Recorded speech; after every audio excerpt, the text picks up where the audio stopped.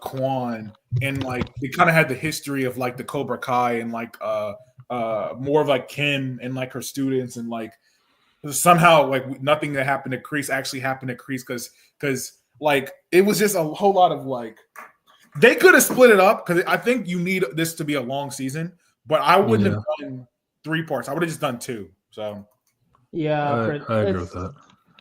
Yeah, it's like this season is just nothing really happened for some reason. It's like they're building up to this Trikage and it ends up nothing. Just nothing. Yeah, and it's like we're already done with like part 2, and it's like we didn't even get the semifinals done because of what happens at the end, which we'll talk about.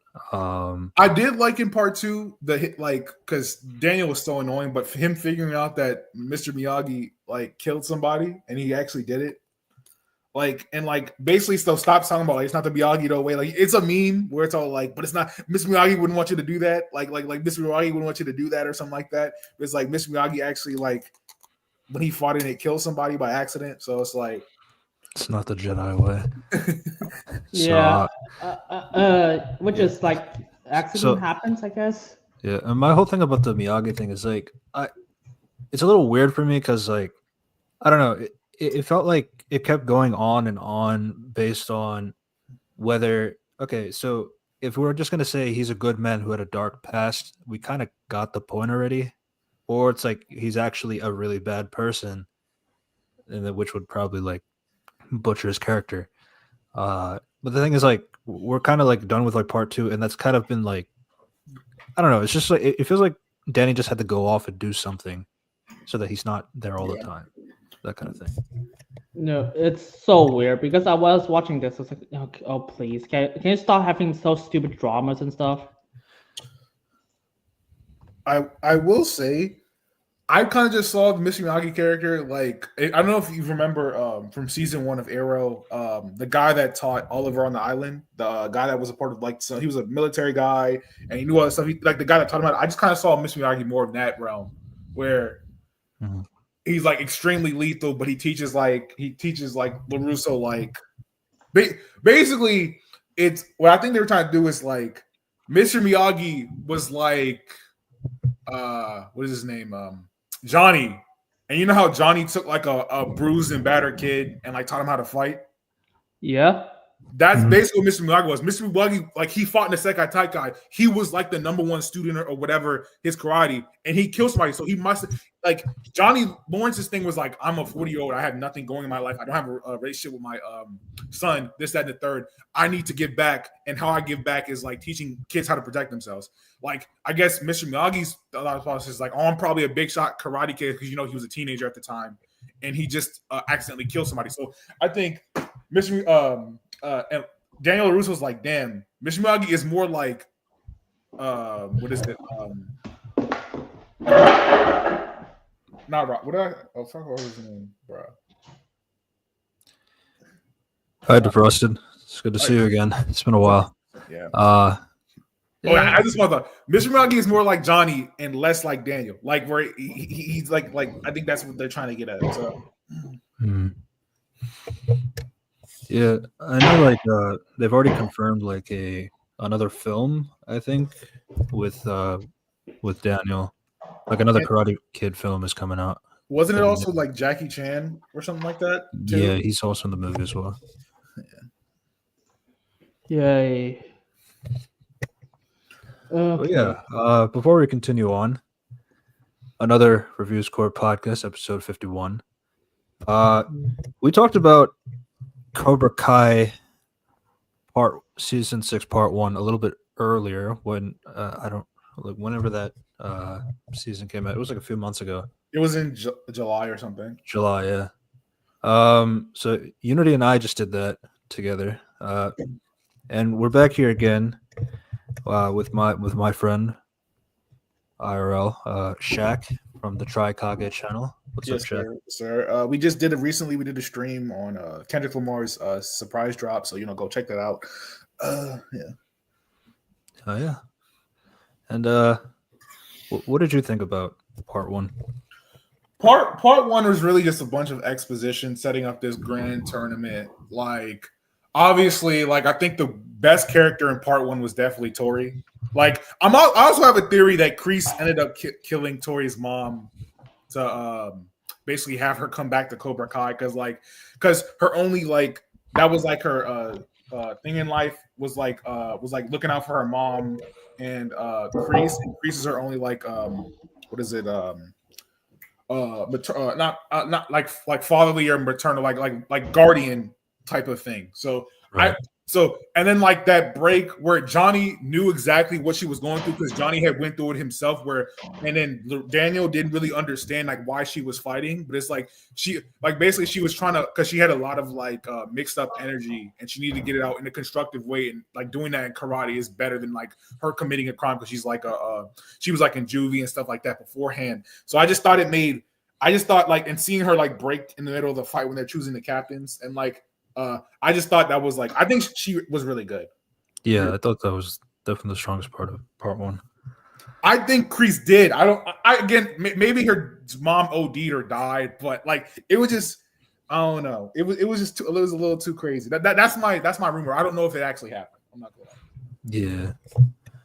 I think it was just natural causes. I think my whole thing about both parts in general is just that I mean it's kind of true for like everything from what I understand about Cobra Kai. It's like, oh, it's like crime.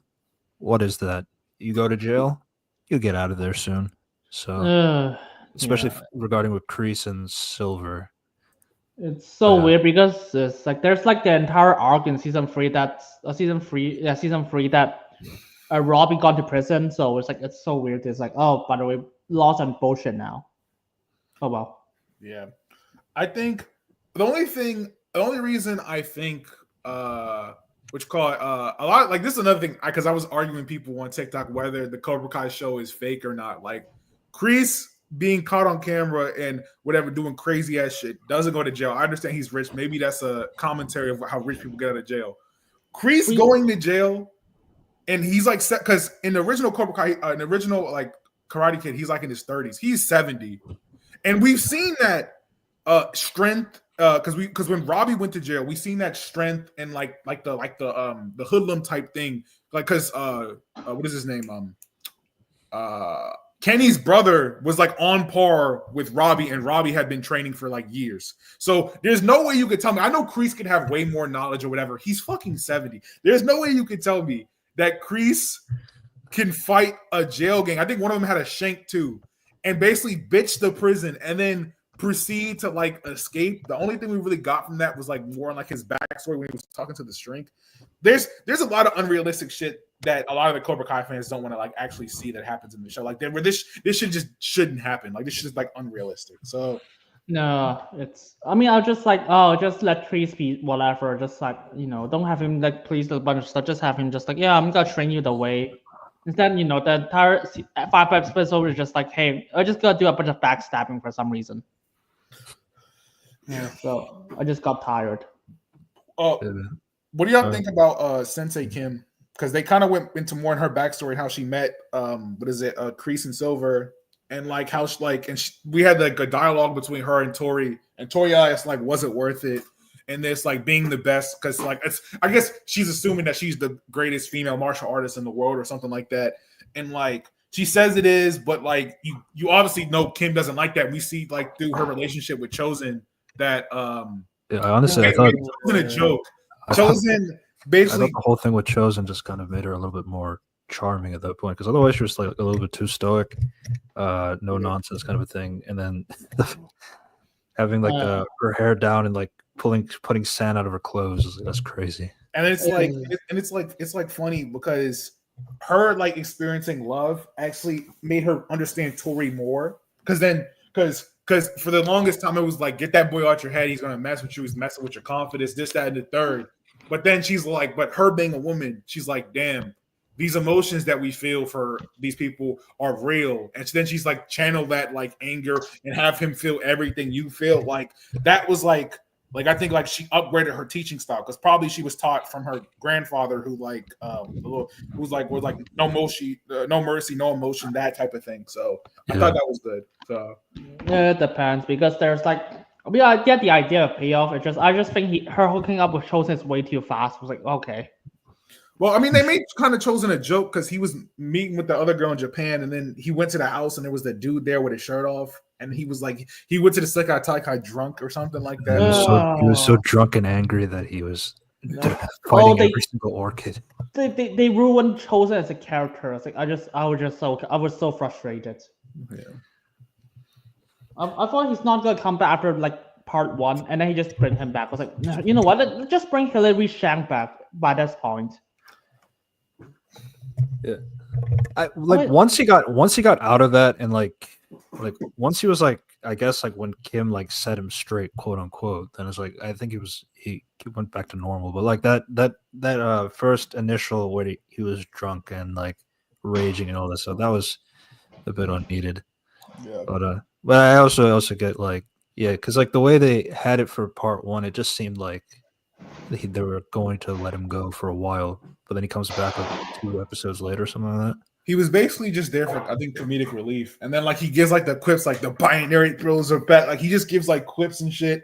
And there was the thing where he's fighting the goons at like the bar or something with Kim, and they kind of like flirt, and then he leaves on the scooter. Like he's really just there for like comedic relief. Like obviously get your check, get a check, right? But I wouldn't want my character to just be a comedy relief. Like, I wouldn't want my character to just be Beast Boy. You know what I'm saying? Like hey, I mean, Chosen used to be awesome, and now they just make him like a joke. I was like, oh, just shut up, just get out. Yeah, and honestly, that's kind of my take for like the adult characters in general.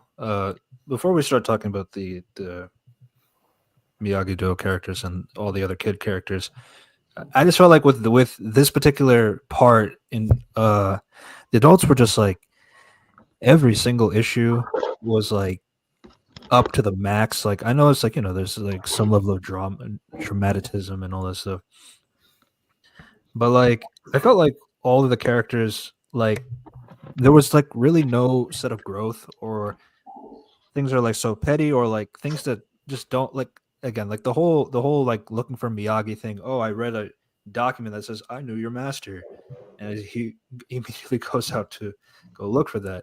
So that's, I mean, anybody can type up a piece of paper and like print something like that, and it's like, yeah, you got, I mean, he did go through the consequence of like you got trapped in a dog cage, but like that was still pretty stupid. But I think then at least the silver thing like was in a documentation, like it actually has like a record from that year, Miyagi's name, and then he can go to the, you know, the person to authenticate, is this like real or is it fake or something like that. At least like that's like more reasonable. Yeah. The Frostbot, Johnny and Miguel have been the best characters since like season 3, bro. Like I don't even know how that's like even a debatable thing. Like even like the whole thing with Miguel finding his father, like Johnny's been the realest. Like he's been the most like obviously he's like got his own little quirks and shit where it's like this isn't real, but it's like Johnny understanding what Tori was going through. Johnny understanding how Devin feels like being the youngest to karate. Because you remember how she was consoling Devin, and he's like, "I'll give you a fair shot." Like just because Tori and whatever are have been here longer doesn't mean you don't have a shot. Like I feel like Johnny has always been like the best sensei. Like which is it's funny because like Daniel's like too stuck in his ways. What you call it? Kreese and Kim up until this point were extreme. Johnny's always been an amazing sensei to me. Like. Yeah, that's what I'm saying.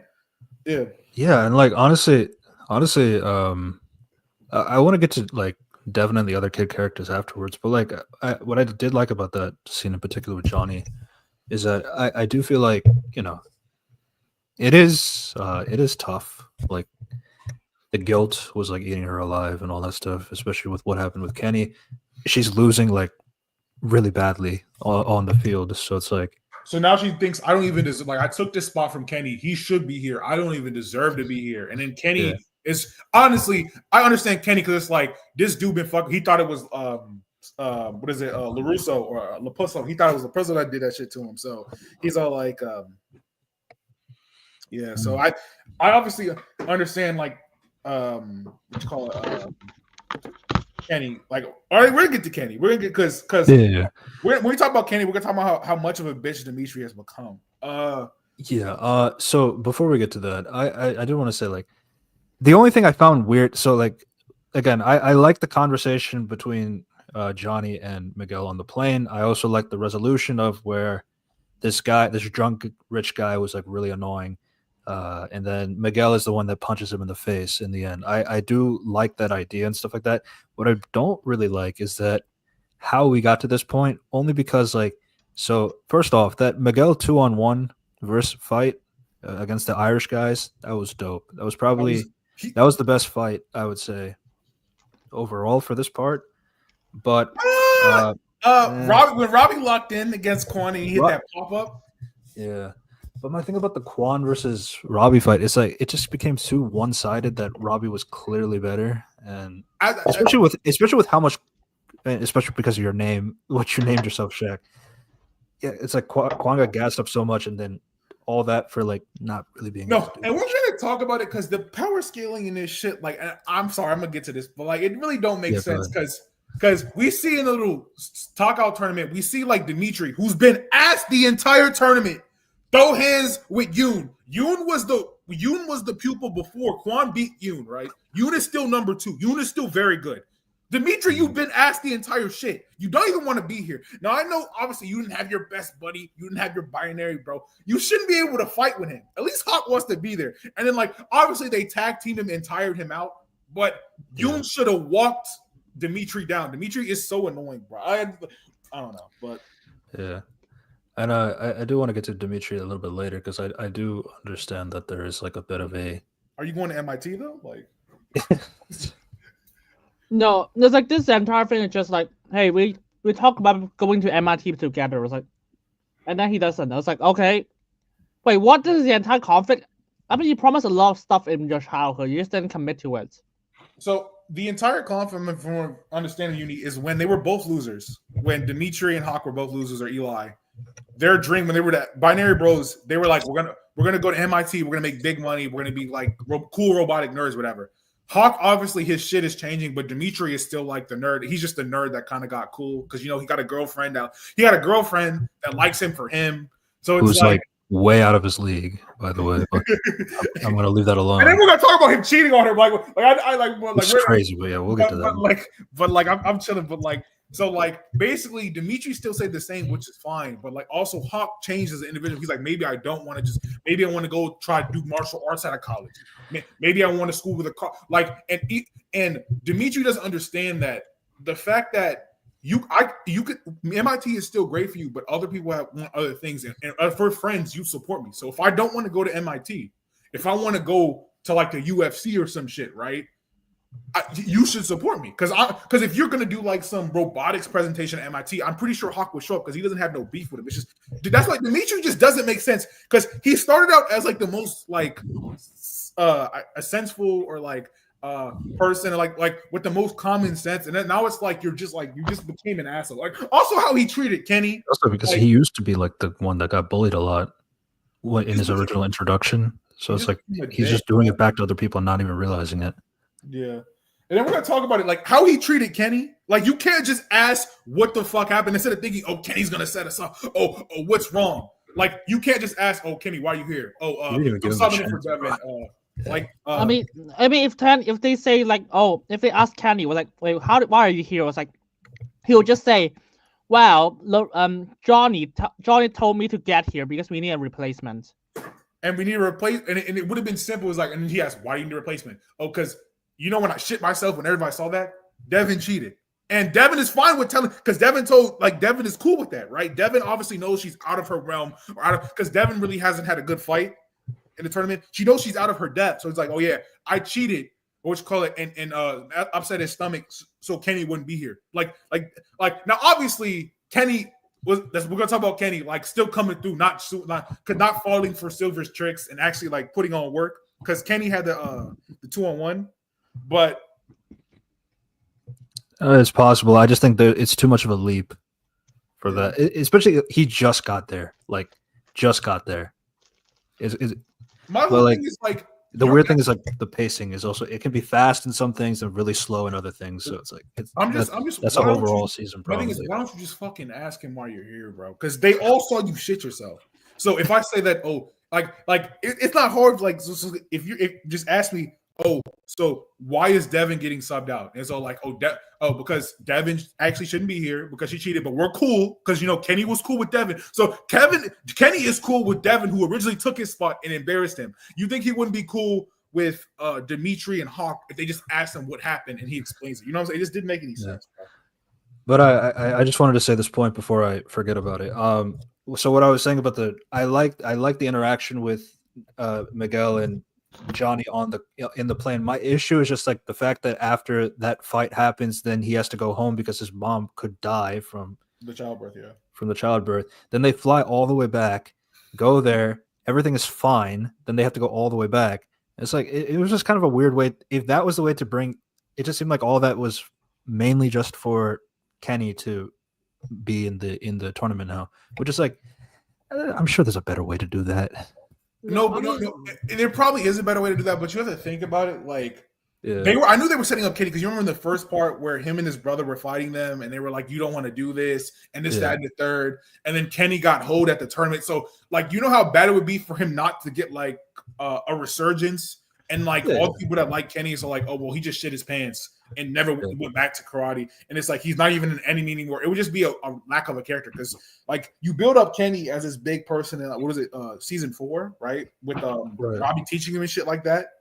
So it's like it was bad, but I understand you had to involve Kenny because then all the stuff that happened in the first. See, this part is fine. This part is fine. I'm not. My issue is more like, so the fact that the fake out childbirth death didn't happen, and it's like, oh, I'm actually fine, you can go back. It's like that's a little bit too much. It's like I would have at least preferred maybe she's going into labor, she's about to give birth to the child, and maybe Johnny wants to go back because he doesn't feel like he should miss the birth of his child or something like that. Like that's at least a little bit more, like at least that's a reason to bring him back. It's like but again, it's a fake out death, but then the death doesn't happen and then they go back anyway. It's just that's a lot. I mean, here's the thing. I don't. What the fuck what's the rules of the Cobra Kai? It was like you can just randomly tag people in and out of tournaments. You can just do that. If that's the case, every single dojo should be taking advantage of it. Literally, just tag. If someone's injured, just tag him out and just tag someone who's clearly healthy back to the tournament. It's like the problem with Cars 3 was like there's like a really flimsy rules, so they just tag people in and out. When in reality, if there's a rule like that, every single team will be literally just tagging people in and out. Yeah, I mean, well, also they had to make it through Miguel's heroics to make it even to that part to where it would matter. So, also Defrost pointed out, he said that Carmen told them to go back. So like it was. No, I understand that. I'm just saying the fact that dumb. Like I almost died, but I want you because I guess she understands like because you got to think in the context, like they have to fly all the way back. It takes about a day and a half to go back to California.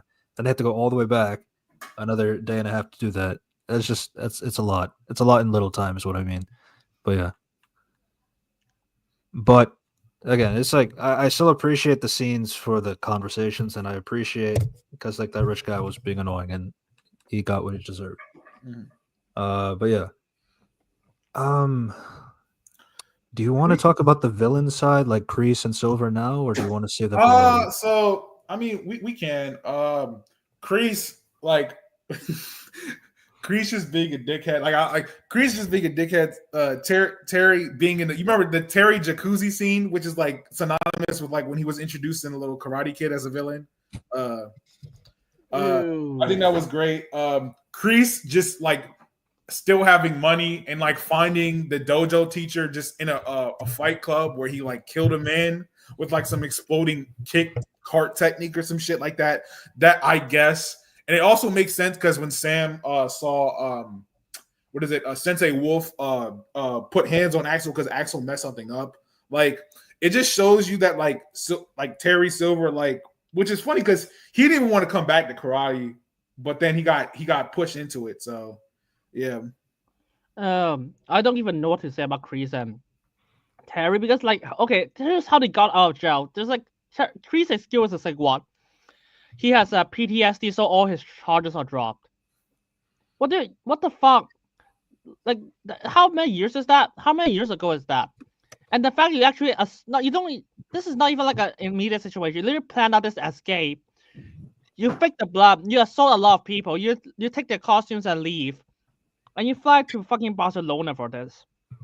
I mean, well, technically, they went to Korea. He went to Korea first to like. He's like, oh, we need our female champion. We need our male champion like this. So he kind of like hit out there with them. So, yeah, that's what I'm talking about. Like being unrealistic. How again, a 7-year-old man who was a convicted felon escapes jail, and then is able to get a plane to South Korea where nobody. I guess nobody's looking for him. So it's like, yeah.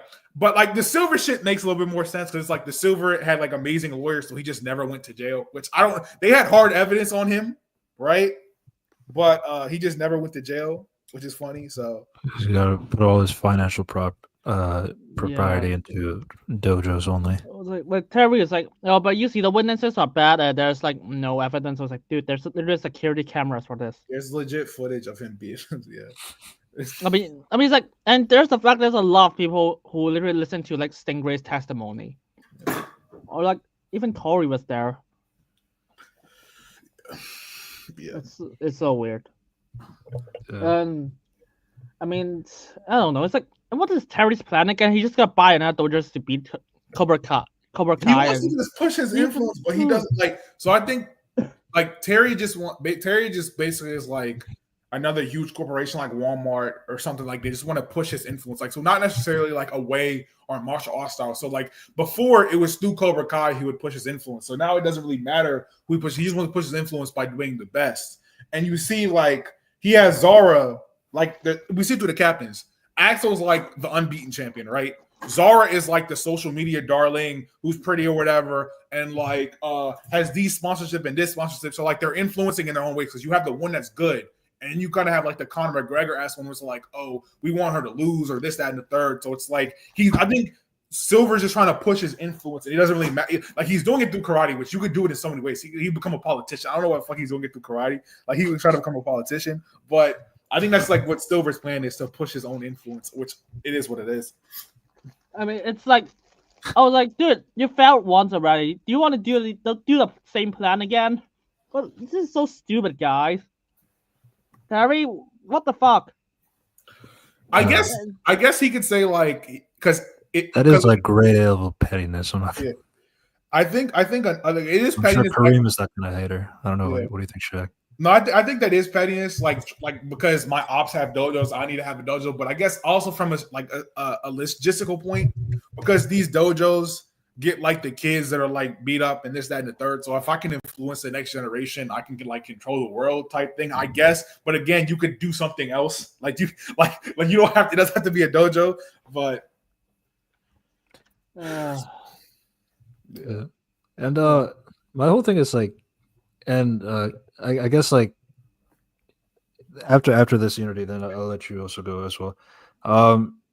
My other thing about like especially the Johnny and Danny arguments stuff, it's like it is just kind of like off, like, or not off, but like I just wasn't really a big fan of like they got to so much bickering and all that stuff to the point where they were about to fight on the beach. Then Miguel comes in and he's the one who has to like mediate everything, teach the grown-ups how to be like grown-ups. So it's like, I don't know, it's just like I really, and then honestly then it kind of goes even back, like they can't even both of the senseis can't even give like a good like pep talk because they both have such a clashing idea of like how to train the kids, to the point where eventually the kids just motivate themselves. No, Johnny ended up changing his viewpoint. Johnny he did change, but like remember like they were in the locker room and like I know it took them going to it, but I think that's what makes Johnny the best sensei, because like he actually listens to his students, bro. Like that's the like yeah. For input, you know what I'm saying? He actually listens to his students. So, and that I don't even know what to say about Daniel, because Daniel was like, "This Johnny is the one who apologized." Daniel never said sorry or something. Yeah. I mean, the only thing he's like, he said sorry. It's like, yeah, I shouldn't be obsessed with like my master. I was like, cool. You also interrupting the entire like karate dojo, and everyone was like, it's Johnny's fault. It was like, the truth is, it's both of yours. It's it's the fault of both of you. You guys didn't coordinate better for yourselves. You didn't think of what to tell the kids beforehand. Yeah.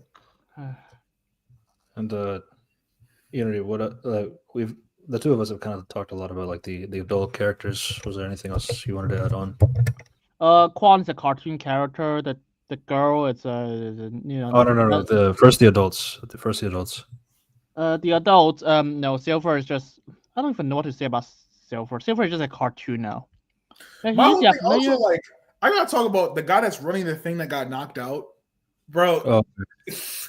I don't know what his name is. The guy that, bro. So you kick people out of a tournament, which you know that they're on steroids, so they have higher testosterone and they know how to fight, and you don't have security that can stop them. You don't have armed security guards.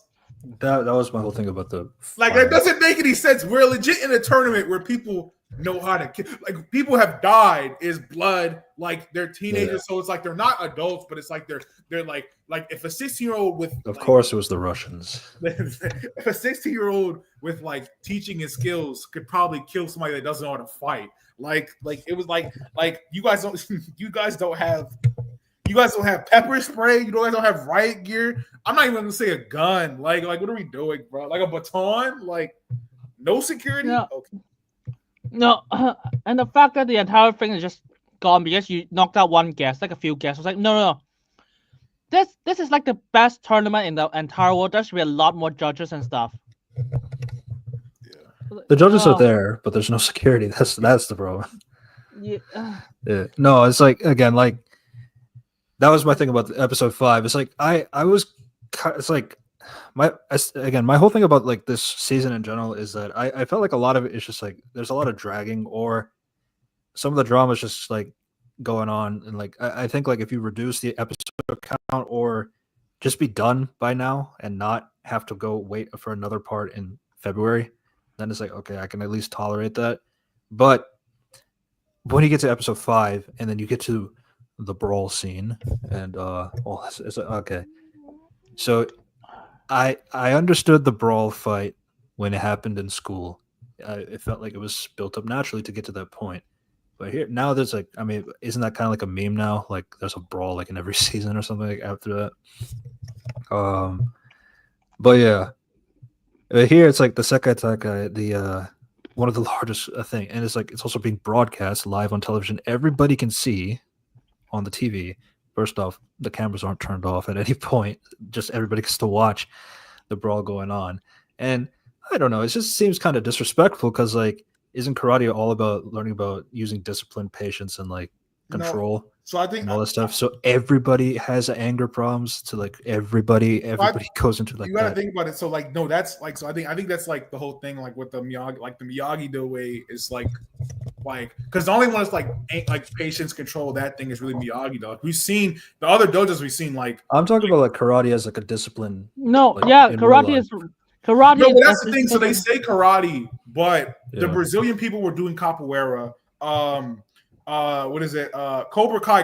Quan shit isn't even all those kicks. That's like Taekwondo essence. Like a lot. Like Zara was doing like kickboxing. Like they say karate. Like the Brazilians are legit doing capoeira. I like that is what that is. That's not karate.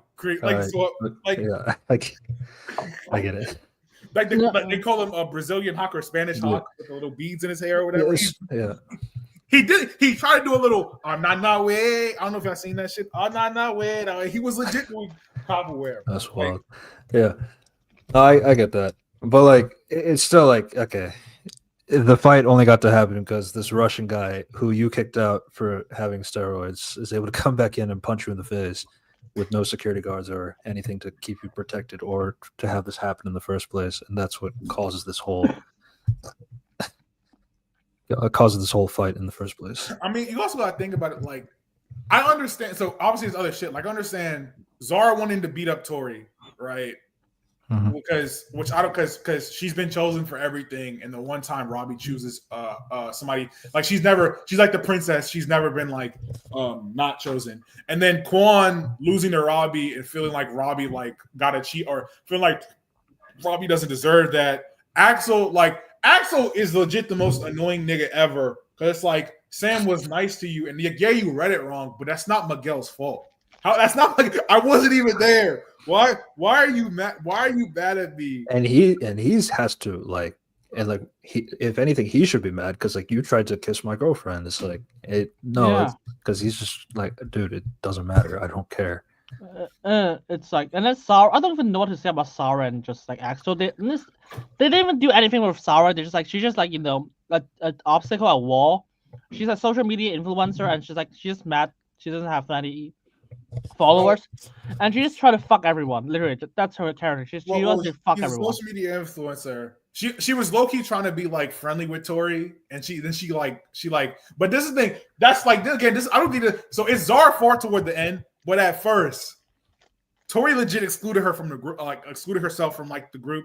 So when Zara was trying to be friendly with her, you remember when they do that challenge, like the little kick flip challenge thing or whatever, where it's like they kick on the surfboard thing or whatever. Right. Yeah. So it's like Zara just made the comment that and she's looking at Robbie like, oh, there's some cute whatever. She was trying to like girl to girl talk her, right? There's no way for Zara to know that that's your man because you were like excluded yourself and say, oh, we shouldn't be in a relationship right now. So the way that it started is because like Robbie does look back at Tori specifically, and then she gets that, oh, there's some history there. So I get it where that's coming from. I guess like my first thing is like for Zara, yeah, influencer.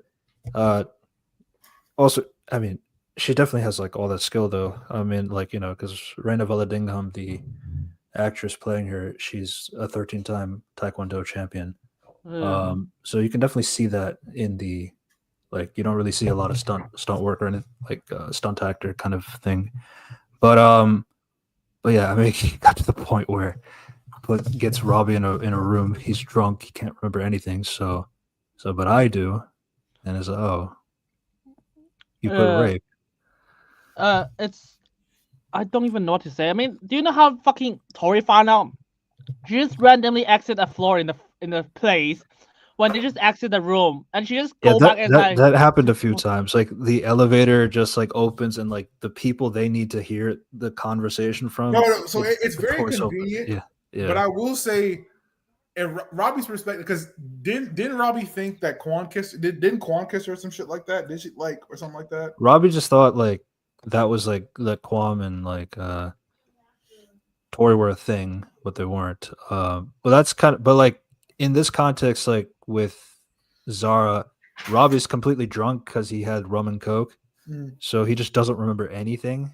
And the scene that we do see is like they're outside of a hotel room, and then she's implying that they had sex, which we don't know for sure if that's really what happened, and she's just saying that to get into Tori's head to make it seem like that.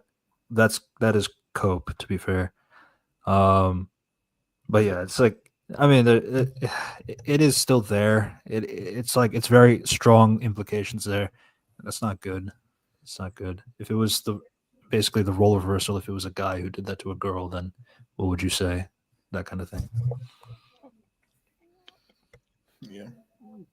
I mean, I don't even know what to say about Zara as a character. She's whatever the plot needs her to. I think so. Zara I like her more than Axel.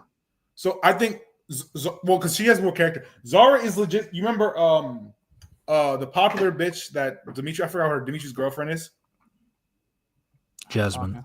Okay. She's basically the Jasmine that knows how to fight. That's basically I think what they're trying to do. She's like this influencer ass girl. I get everything I want. I'm this pretty. Why don't these dudes like me? This, that, and the third. Like she's just like that.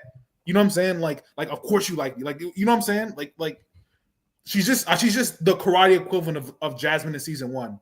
And then what is it? Aisha gave her the wedgie, she was cooked. But I don't think she's not supposed to have it. I don't think the Iron Dragons are supposed to like the characters are supposed to like have a dense character. I think they're supposed to be simple. Like you have they are very simple. Like Axel's like the lumbering brute. Like he's like if he dies, he dies. People compared him to what is it? Drago, what you call it? Victor Drago in Rocky, where he's just like an instrument of destruction. And then Zara's just like a bitch. Like you know what I'm saying? Like they're not supposed to be like We're supposed to get more of the. We got more of the characters with like the Cobra Kai champions with again Quan having a chip on his shoulder, feeling like he's the best, and beating Yoon and Yoon's friends, and like Kreese kind of taking that Kreese using his darkness to bring it out to actually have his thing, and then Tori like we're supposed to get more of the characterization through those characters. I think the whole thing is like Terry Silver. Like we get a lot of stuff from like Sensei Wolf. But I think the Iron Dragons are just like the instrument that like Terry Silver uses. My favorite Mortal Kombat character, Cole Young. I mean, you know, he was in Deadpool too. He was in Deadpool too. He was Shatterstar. Yeah. Yeah, I remember that guy. He died like immediately. I'm not gonna lie. I don't even know what to say about this Louis Tan's character. Like Sensei Wolf. I don't know. He's like super strong and like all that stuff, but then he's like Mike Barnes. He's legit Mike Barnes on steroids. Like he legit is a better fighter, and he's even more ruthless because he like abuses his students. Like he's just like he's legit Mike Barnes on steroids. Yeah, here's the thing I've realized about this season. Every villain in this season is just so thin. There's nothing to say about them. Sarah's whatever the plot needs her to be. I think I actually kind of feel bad for her because Tori's the one being an asshole to her, and then she just fucking rapes Robbie for some reason. Yes, they absolutely think that Sarah is like the bad guy here before that. And all I can think of is like, well, actually, according to her knowledge, she didn't do anything wrong. And and so they just basically just ruins her. It's just like, hey, let me rape Robbie. It's like, oh Lord. But that's the thing. I think Zara is supposed to be like the bitchy character that was in season 1, where it's like everything happens for me because I'm pretty and I'm this, and of course you like me. Like it's like, does that make sense? I think she's supposed to be that shallow. Like why? Like we even see that in the fight. He's like, how did you choose? I think that's been my disappointing thing because like I felt like it could have been interesting if Cobra Kai was actually done. Like they lost and they're gone, and then like you actually had to focus on the Iron Dragon for the last half, like or the last third of the show. I thought that's what it was going to do. Obviously, it turns out one of the teams had steroids, so you guys are out, and Cobra Kai is back in. Yeah, I mean, it was pretty obvious that was going to happen. Like, let's be honest. Yeah, it's also really arbitrary. It's like, here's. The one team that we never focused on, the Russians. So yeah. Yeah, and the fact that how do you do drug testing? Urine, probably like urine testing, like whatever, blood, whatever, right? Like whatever they have. Like, well, I mean, if you're into usually, drug tests, usually like athletes, they're told to like do that like weekly or like bi-weekly, depending on just to check if everything's okay. All this stuff. So, yeah. I mean, if that's the case, I was like, if the security is like drug testing literally teenagers, why don't you just search weapons from trees? They could literally just search a knife. I'm not gonna lie. So Unity, you might they like, especially for high school football, high school basketball, they like. You can demand drug tests from people, or wrestling. You can demand drug tests. You can, especially in football, where people think like, "Oh my God, he's on steroids." That is a legit thing to get like college. So you can demand drug tests for people. So yeah, but who demand them? That's the other thing. It is normal for an organization to do that. Like even like NBA teams or NFL teams or anything like that. They usually do have like some kind of testing. It's not like all the time, but like it always happens when somebody has 50. It's usually sometimes it's usually random, like where it's like because that way you cannot prepare for it. So it's like, oh, if you're clean, it shouldn't matter what day it happens. So it's like sometimes that's the case too. So yeah. Oh well. But I will say still, where the fuck is the security? Yeah. And then that when we'll get to episode 5, that will be more apparent. Yeah, we're just jumping out of order because there's nothing. I don't even know what to say about the season. Honestly, let's go back to the characters. So, let's get Dimitri out of the way. He's annoying. He's legit. He became like, I'm kind of sad for him, and he's like, oh, he kind of got some shit to him. And then in season 4, he kind of gave Hawk his edge back, and then he just became annoying. Like I don't know what the fuck. Like he doesn't have a. After season 4, Dimitri's been like the worst character in the show. No, he's character assassinated. In this entire 5 episodes, he's just like, hey, I'm gonna dance with some girl because I'm gonna piss like Robbie off, let Robbie not Hawk off. See, my thing that pisses me off is like this entire season, all he did was bitching, complaining. He's not that great of a fighter, if we're being completely honest. And no, that's why I'm pissed. No, so that's Yeah. why I'm pissed. That's why I'm pissed. Because when they're should've been doing that Kenny. dojo versus dojo fight, he should not be able to fight Yoon.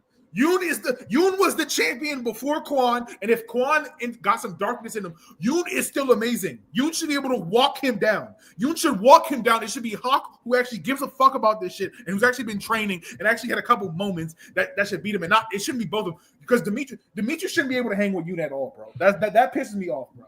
Yeah, and like, and then the in terms of characterization, like what I completely hate is that this entire season, this applies to Hawk as well. It's like Hawk keeps apologizing to Dimitri for things that he shouldn't be apologizing for, and Dimitri does not apologize once for any of his shit behavior. He doesn't even acknowledge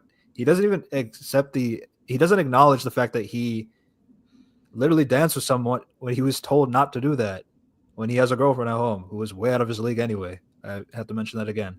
Yeah. But yeah, so it's ridiculous. And then, I mean, sure, I guess the binary bros, like that team up fight at the end is like, that's fine. But like after all this like bitching and complaining for 4 episodes, Their chemistry is honestly, yeah.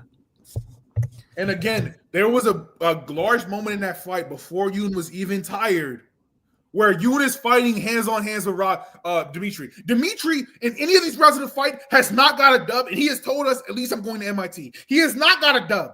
He has not had a single W. So in that first part, where it's Dimitri versus Yoon, Yoon should fucking walk him, bro. And it should be Dimitri telling Hawk how to, maybe I tell him like this physics shit, like, he kicks at this type of angle, counter with this, because Hawk actually cares about karate or whatever. And Dimitri is talking about the physics and all this other shit. Because he's like, I'm going to school for physics. I know the physics. It's a school known for it. Like he was giving Hawk stuff when they were doing that kickboard test. He was talking about you have to always accelerate this, that, and the third. Like I understand the physics of it, this, that, and the third. So what would have been better?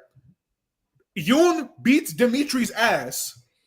Hawk gets mad because that's my best friend, right? I don't like him right now. It's my best friend. And then Dimitri coaches Hawk during the fight using his physics or whatever. And then Hawk beats Yoon that way. It should, because Dimitri should not be able. I'm just pissed. Dimitri should not be able to fight on Yoon's level at all, bro. That's all I'm gonna say. But yeah. No. Once they said that Sam and Tori were going to be in the fight, there's something's going to be in the way that's going to prevent the fight from happening. yeah. So Yeah. it's kind of been much. predictable in that sense. Pretty But yeah, I agree. I agree with that. It's just, God, Dimitri. I annoying characters is one thing, but the fact no accountability does not really do that much in terms of like justifying why I should be here, or in that sense. It's like, because like Robbie was getting his ass kicked and he was like doing really badly. But like the thing is, like, you can at least see he had a mental block, especially with the whole thing about Tori and like how she went over and like how she talked about making a pause and all this stuff, and that's been affecting him mentally. But then you also see how he overcomes that, how he is able to go back to being the leader again. That shows you how much he loves Tori. Tori said that was fake, and then he did that pop up, and he locks in, and then he starts beating Kwon's ass. Like, yeah. See, but that's the thing. It's like Robbie was, but the thing is, like, in this situation, like Robbie, Devin, even like again, I really like how Devin was handled. Like, one, the guilt got to her, losing really badly. Kenny really should have been here this whole time. Eventually gets to the point where she gets the courage to tell Johnny that, yeah, I cheated to get here. I felt terrible. I really, and then, starts crying and all that stuff. And we talked about it's a very good interaction with Johnny being the teacher. Because Johnny has real fucking emotions. He knows what it's be to like overshadowed, and it's like the two girls in the dojo are this, and I'm started later. Like he understands. Like that's why I've always said Johnny's probably one of the best structured characters in the entirety of Cobra Kai. Like, yeah. And then I really appreciate it, like especially with like Devin does call Kenny and all that stuff, telling him about the truth that this is what happened. It's happening right when Anthony is taking laxative himself. I do appreciate that, even though Anthony didn't do that he did treat Kenny really badly for a long time. That yeah, you didn't make him shit his pants, but like at least you're trying to make it even to, be friends with him. So it's like I still appreciate it for that level, but then like I also appreciate from Kenny. It's like I hear this from Devin, and then I go a long plane ride to go back to Barcelona. It's like I spent all the time on the plane just thinking about it. It's like, yeah, I forgive you. It was like clearly you had to sabotage me so that because I was better than you. It's like yeah, that's exactly what it was. So it's like I just thought that was very nice and very mature, and like how they were able to go through that. And then I completely hated how Dimitri and Hawk were like, oh, that's very suspicious. How could she forget? How could he forgive her? That's kind of suspicious. Like that was really stupid. And the fact that he was like, yeah, he must be working with like fucking Terry again. I was like, what the fuck? Why is that your conclusion? They don't even know what Terry is. Yeah. How do y'all feel about Miguel Loki? How do you feel like Miguel hating on Robbie and like having that comment when he does the 2v1 where it's all like I was basically just like, I'm gonna show you how it's done, and like bro had all that aura. Yeah, I actually quite like Miguel. I don't really have much problem with him. It's just like, yeah, of course, like fucking Robbie. It's like when you're in the tournament, you shouldn't be thinking about a lot. You shouldn't have like mentally distract you. I mean, as understandable, but you shouldn't have like the mental stuff distract you when it comes to like being a leader and stuff. Of course, he's gonna be like, you either you fucking man up or you actually just like hand the captain to him. Yeah.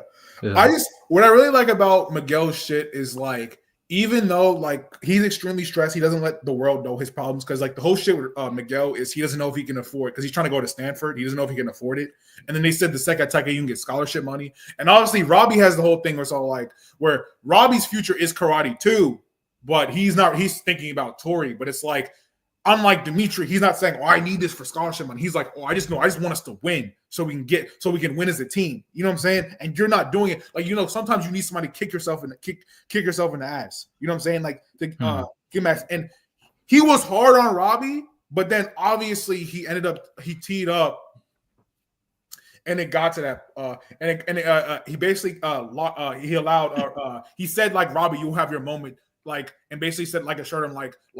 Obviously, I think I should be captain, but you are just as good as I am, this, that, and the third. So I felt like I really like Miguel throughout this entire thing. Yeah, and I do agree. Like Robbie, I will say though, that boy was getting like beat like easily. Like he goes right into, but like that thing was so I hated that thing with like especially with like the binary bros like about don't tap Kenny, don't tap him, and then that makes Jack go for Robbie, who was clearly not prepared for that, and then he gets hit like immediately, and then falls down.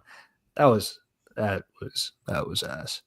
Yeah, but but it's not Robbie's fault. It's the binary bros not trusting Kenny for some fucking reason. So, no, yeah, I mean the problem with all the characters is just like no one holds Daniel accountable for anything. That's basically the only problem. Danny or Daniel LaRusso. Yeah, okay. Yeah, it was like I don't care. I was like, I don't care what do they say. I was like, well, Johnny, you suck. You didn't help everyone during the tournament. It's like at the very least, he didn't bow on you guys. Yeah, honestly, okay, I see what you mean. Because like what I was gonna say is like honestly, I don't even know how they could have done that because like Danny's barely there with the team. Like he was there originally, but like once that whole like Miyagi fetch quest happened, like then he's completely detached or like halfway in, halfway out kind of a thing. Money's a lot more involved. Chosen is a lot more involved. So it's like nobody actually talks to Danny except for his daughter, which of course, and then the only other time is really Miguel when he's telling Danny and Johnny to stop being bitches, which is like, okay, but like that's not really addressing the problem with Danny. I feel like Danny has just kind of been too detached with everybody else in this part, especially.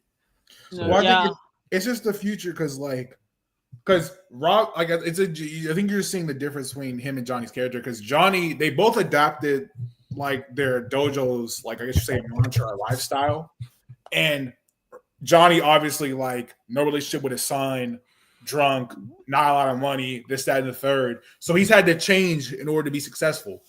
Daniel was talking about balance and this, that, and the third, and he's like an amazing, like he owns a car dealership and he's known in Alonso Valley. He has a beautiful wife.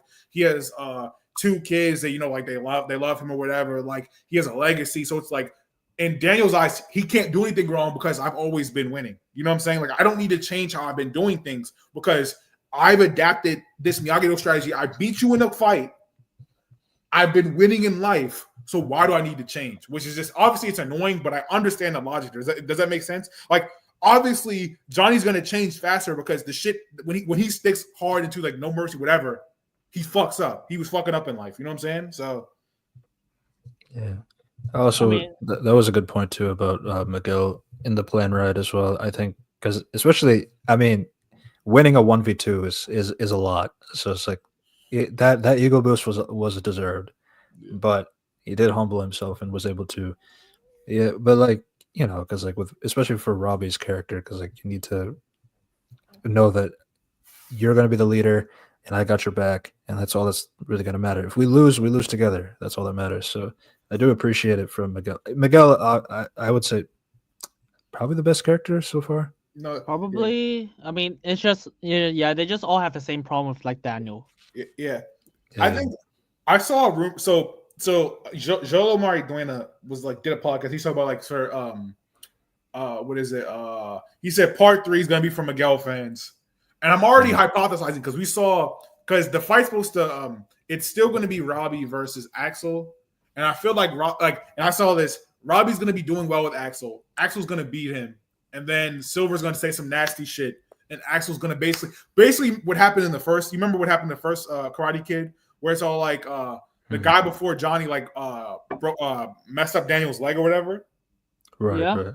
So that's going to happen. Robbie's going to be like hurt.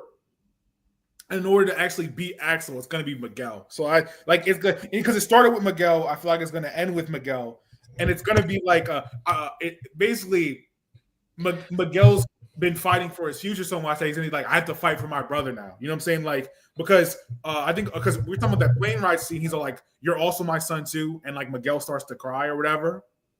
So he's starting to see himself, the family that him and Johnny are making, and he's actually starting to see Robbie as like a brother and like a rival. And it's like, I don't want to see like my brother like go down like that. You know what I'm saying? Like I think instead of like fighting against people, he's gonna be fighting for Robbie in that moment. So I think we're gonna see the best Miguel when he fights Axel, because that's a rumor I've saw. It makes sense that Axel would like do dirty shit because Terry Silver and Sensei Wolf said to do some dirty shit, right? My only thing about the Axel thing, because like up until this point, like nothing, like the dude is a fucking tank. Like he can take everybody and like everybody's gone. He has not lost like a single time or like shown any sort of weakness, which we were talking about the power scaling aspect.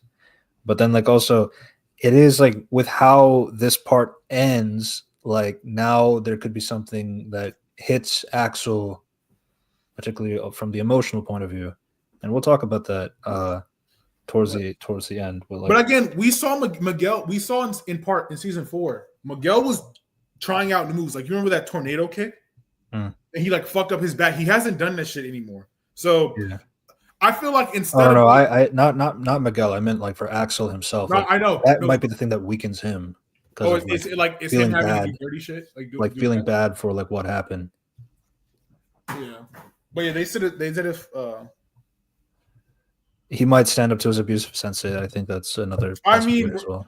But that's not gonna. I mean, that's not gonna matter. Sensei Wolf was fighting Johnny and he was fighting Daniel at the same time. Like unless Axel is better than both of them, which is like, why is Axel even in this fight? Like, for logistically, it doesn't make sense. Because again, we saw Sensei Wolf kill a man in the ring, and we also saw Sensei Wolf fight Johnny and Daniel. So unless they're weaker than the students, which I guess, like, I can't believe like the entire is like, I don't even know what to say. I was like, they just have like Quan just killed himself. But if Axel just kicked him, well, what the fuck is that? It's like, why is that even allowed? Wow. We talked about the security thing and how weapons can go inside without any I think But the thing is, like, but like, if we're being honest though, like, remember it earlier when they were doing like let's talk to the investors and stuff like that, and then you saw Johnny and Kreese like talking to this one guy about the acrylic nunchucks and all this stuff, and Kreese had the knife on him, and that was like allowed. Nobody was like, "Oh, you're not allowed to have that in here" or anything like that. That was so it was okay to have a blade in this area. So, you guys remember that? Yeah. Yeah. So it's so having a blade is not really a crime. No, but it's like even let's assume that But it is everything makes dangerous. sense. It is dangerous. So yeah. Let's assume that everything makes sense. What does X? I was like, okay, so Axel accidentally killing Quan means like nothing to the story. No, Oh, so like- I think it's more symbolic. So I think it just shows you that the Cobra Kai way is actually, because all students of the Cobra Kai that like have really dug into it have all failed. Like we have Johnny who became a loser, Miguel who got his back broke, Robbie who lost completely who he was and ended up hurting Kenny, and then we have Quan who died. And it's all these people that kind of like succumb into the darkness, and it's like they. Like I think it's more symbolic to why Quan died. Like, you know what I'm saying? Like one could say that Quan fell on his own sword. Yeah, I get it, but at the same time, what's it cost? What does it mean for Axel? Absolutely nothing. Well, Axel didn't do anything. Like, it's a brawl. If you like, it was an accident. Yeah, for sure. it is an accident. I was like, it's like DeFrosted said, like it was a counter move. He didn't know that he had the sword, and then once he has the kick, and then it's a very sharp sword, man. So like, I think it's symbolic because it was the Cobra Kai people that brought the knife in because fucking Kreese was trying to kill Silver with it. So the Cobra Kai shit is like the venom from the poisonous Cobra Kai. Like it's like you're gonna end up dying to it. Like I think that's what they're trying to say. Another thing too is like with Kreese in particular is like he's been calling Quan and like pretty much everybody in Cobra Kai like a soldier, not like but like this is like the first time where like Quan died because of his sword that was in his possession. So I think that's why now it's like he's not a soldier anymore. He's a kid that died. So, I mean, do you know the fact that the Quan literally just picked up the sword because he just falls next to the sword for no reason? But to be fair, that's been happening all season, so I'm kind of just used to it at this point. Yeah, I don't even know and no one actually step on the sword. There's like a massive brawl happening, and there's a sword literally just laid open. If any of the students just step on the sword, like they can actually avoid that. Let me see. Yeah. Having someone die does feel like a natural escalation. We did end season 2 with Robbie getting seriously injured in one of these brawls. Now Quan is full on dead. Yeah, I understand it. I just. So my biggest thing first is like the fact that we got the brawl in the first place because some steroid Russian punches the host in the face, and that gets everybody to start fighting is pretty crazy. But like but at that point it's like you just kind of have to accept it because this is happening now. So yeah, then it's like I understand the escalations and like how it gets to the point that we are at, and I do think like it does make sense in terms of like it's an ending that. I am curious to say where does it go next. So, I guess it did do its job technically. I think through Quan's death, because that's the thing. I don't think because even we've seen Johnny has blamed Kreese a lot of times for like this shit, and Johnny even says my son's exactly what I thought he was, and Kreese never understood what he was doing to children, right? So I think I think Kreese is gonna maybe have a redemption where it's like it's gonna be everybody versus basically the Iron Dragons having a redemption. That's kind of my thing. I don't know if it's worth having a redemption. We had the whole scene with like his childhood and Kreese and like that girl that he went off the war and how like he saved Terry, like, and Terry really being a snake when they were in like Vietnam or some shit like that. Like I don't like we saw through Kreese's background, he's not a bad guy. Remember that girl that was getting picked on at the diner or whatever? Yeah. And I think he's been a soldier himself. I think he's always wanted to protect the weak. And I think he's thought that if I make the best soldiers ever, I can protect the weak. You know what I'm saying? Obviously he's a little misconstrued, right? Insane. Yeah, but his sanity, like Terry Silver is definitely more insane, but yeah. That's what it was. What I mean, other characters like Hawk, Robbie, Dimitri. It's like Hawk. The thing is, like Hawk is just too tied with Dimitri overall. So some of his annoying things are just coming off because of what Dimitri's saying or doing. Yeah. And then I just found it annoying that he kept apologizing for things that he didn't do wrong, or I'm sorry that your girlfriend dumped you. It's like, no, that was the right thing to do. No, I mean, if I was that, if you're dating someone, and you're dancing with someone, I'll be like, yeah, of course you're gonna get dumped, you fucking idiot. How do y'all feel about what is it? Kenny having no warm up and coming up. Let's talk about Kenny. Kenny had that 2v1 where he went for that flying punch, and then he was doing all that shit. Then he came up with the uppercut. Kenny came in clutch, and like Dimitri and like what is it? Dimitri and what is it? Hawk were like, oh, I guess, and he flipped him off. And I think that a big part of that is like you're flicking off area. Yeah. I think a big part of that was like the talk he had with like Sean, and obviously Sean, his brother, has been in juvie. So obviously, like the anger issues kind of running his family, but I guess Sean like getting out of juvie and like learning from Robbie and stuff like that, and like basically like understanding like I don't care about fighting, but it's like you have to have a reason to fight, basically. So I think. And then the only thing I didn't like about Kenny, which I thought was corny, is when he flipped Terry Silver off. I would have just stared at him. I don't think he had to flip him off, but yeah, I mean, I get it just to make it a little bit more clear that I'm not joining you regardless. But like, I get it for that sake, and he is young. Yeah. But yeah, that was pretty tough. Like, you know what I wanted him to do? I wanted him to use the silver bullet. Like he's used that move, and he like one tap talk, and he's never used that move again. He's never used that move again. I don't know. Yeah. Why don't you just use the silver bullet? It's like that's like instant knockdown for when it comes to like hit when it comes to beating everyone. That's an instant knockdown. I mean, it's stupid. Everyone can just block it, but you should still try it. Yeah. Again, so I also like with Kenny, as we talked about with how he handled the whole Devin situation. I also, of course, talked about the 2v1 as well. I also liked how Devin and Kenny also have kind of like they go up on the platform and they fight together in that kind of sense too. Yeah. That was very nice as well. If they were going to do this, I think they were going to set up I think towards the end I think they're going to set up like their relationship, because we also saw them walking into school together and shit like that. I think they have like a little mini relationship type thing towards the end. Yeah, that can work. Yeah. But yeah. What do you think about Sam?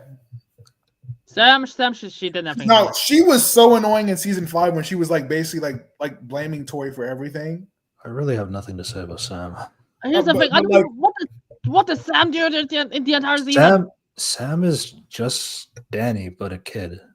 I get that's the point, but like Sam not understanding like all the fuck shit that goes wrong in Tori's like it took her mother dying. It's like, damn, Tori really don't be having shit. Like even if Sam loses all her shit, she still has her mother, she still has her father. Like, and it took like Robbie even told this to her, where it's all like, Sam, you're Mrs. Miss LaRusso that grows up in Beverly Hills. You have privilege, and like Sam LaRusso not understanding like the privilege she has. Like I think yeah. Obviously, I also heard a rumor that basically after I don't know if this is true or not. I saw a little like rumor leak that after the death of Quan, that basically she doesn't want to fight anymore. So, but like she wasn't a part of this. I understand, but like that's like I can understand this for Tori.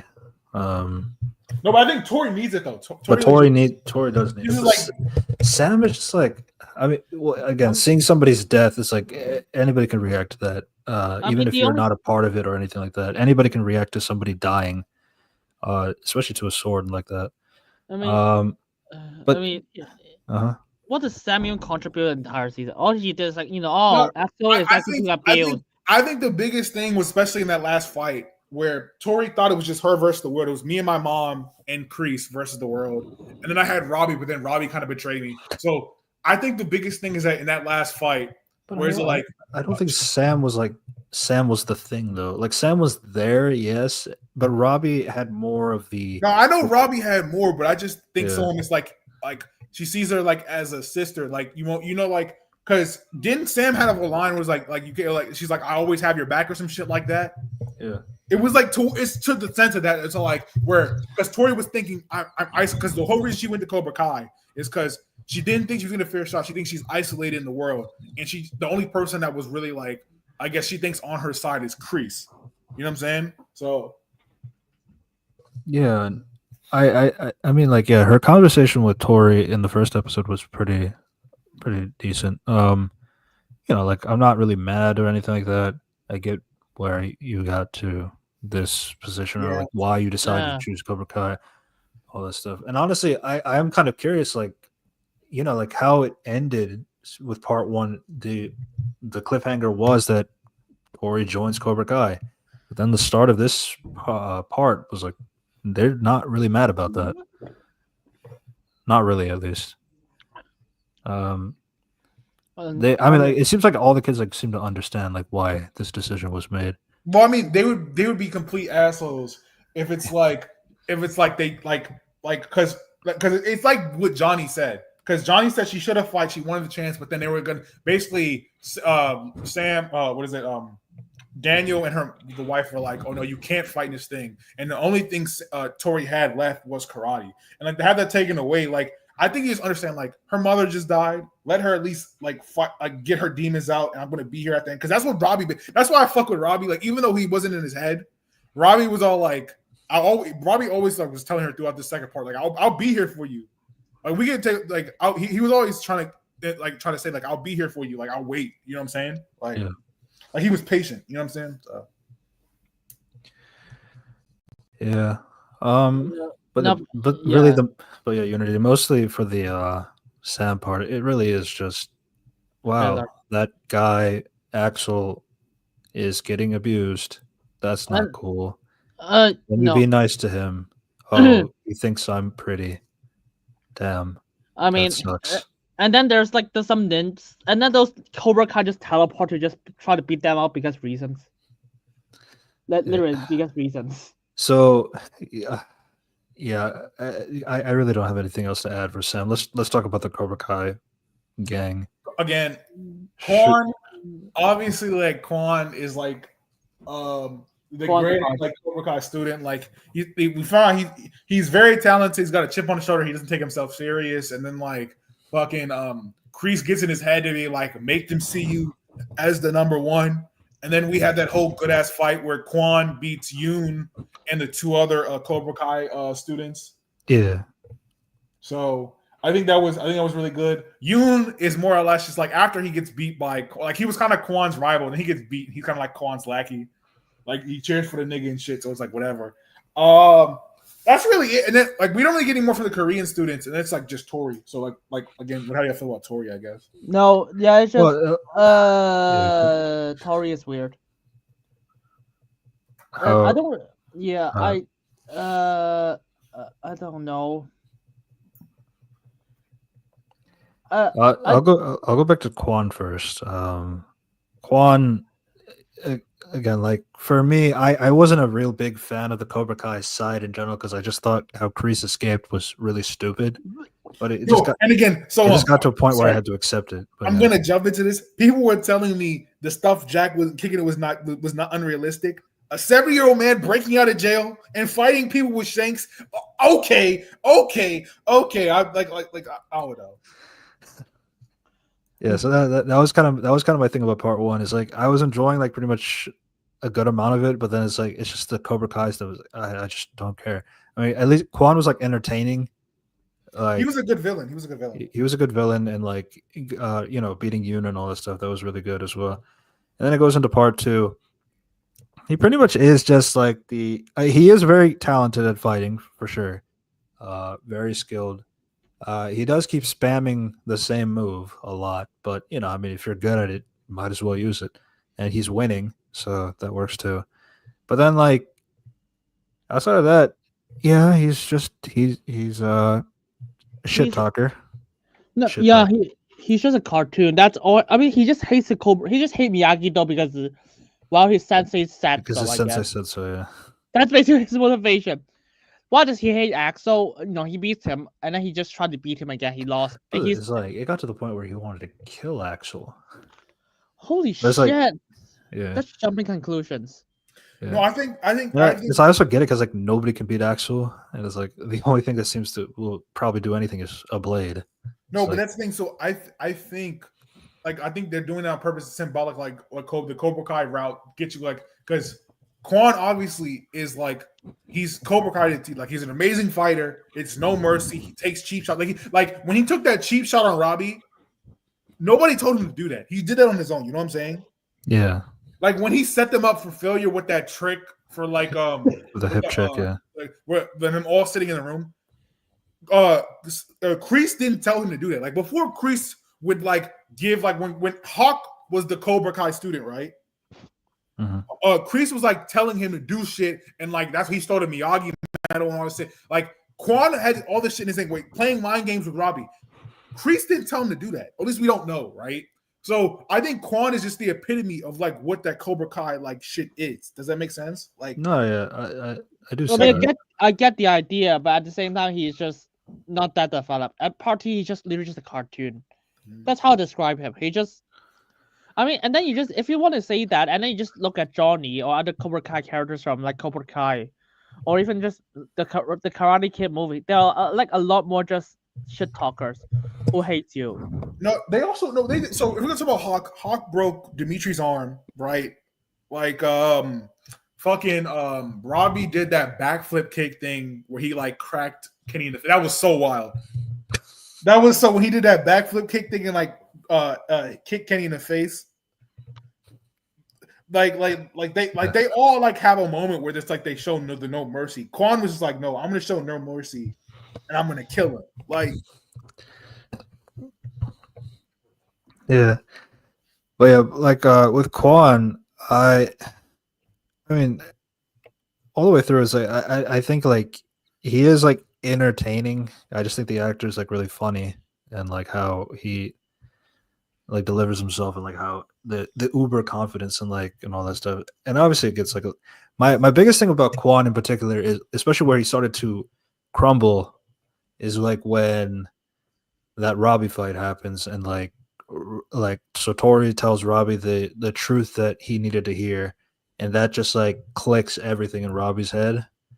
That to the point where Quan, the guy who has been set up like to be, so he's not the guy, he's like at least the second guy after Axel.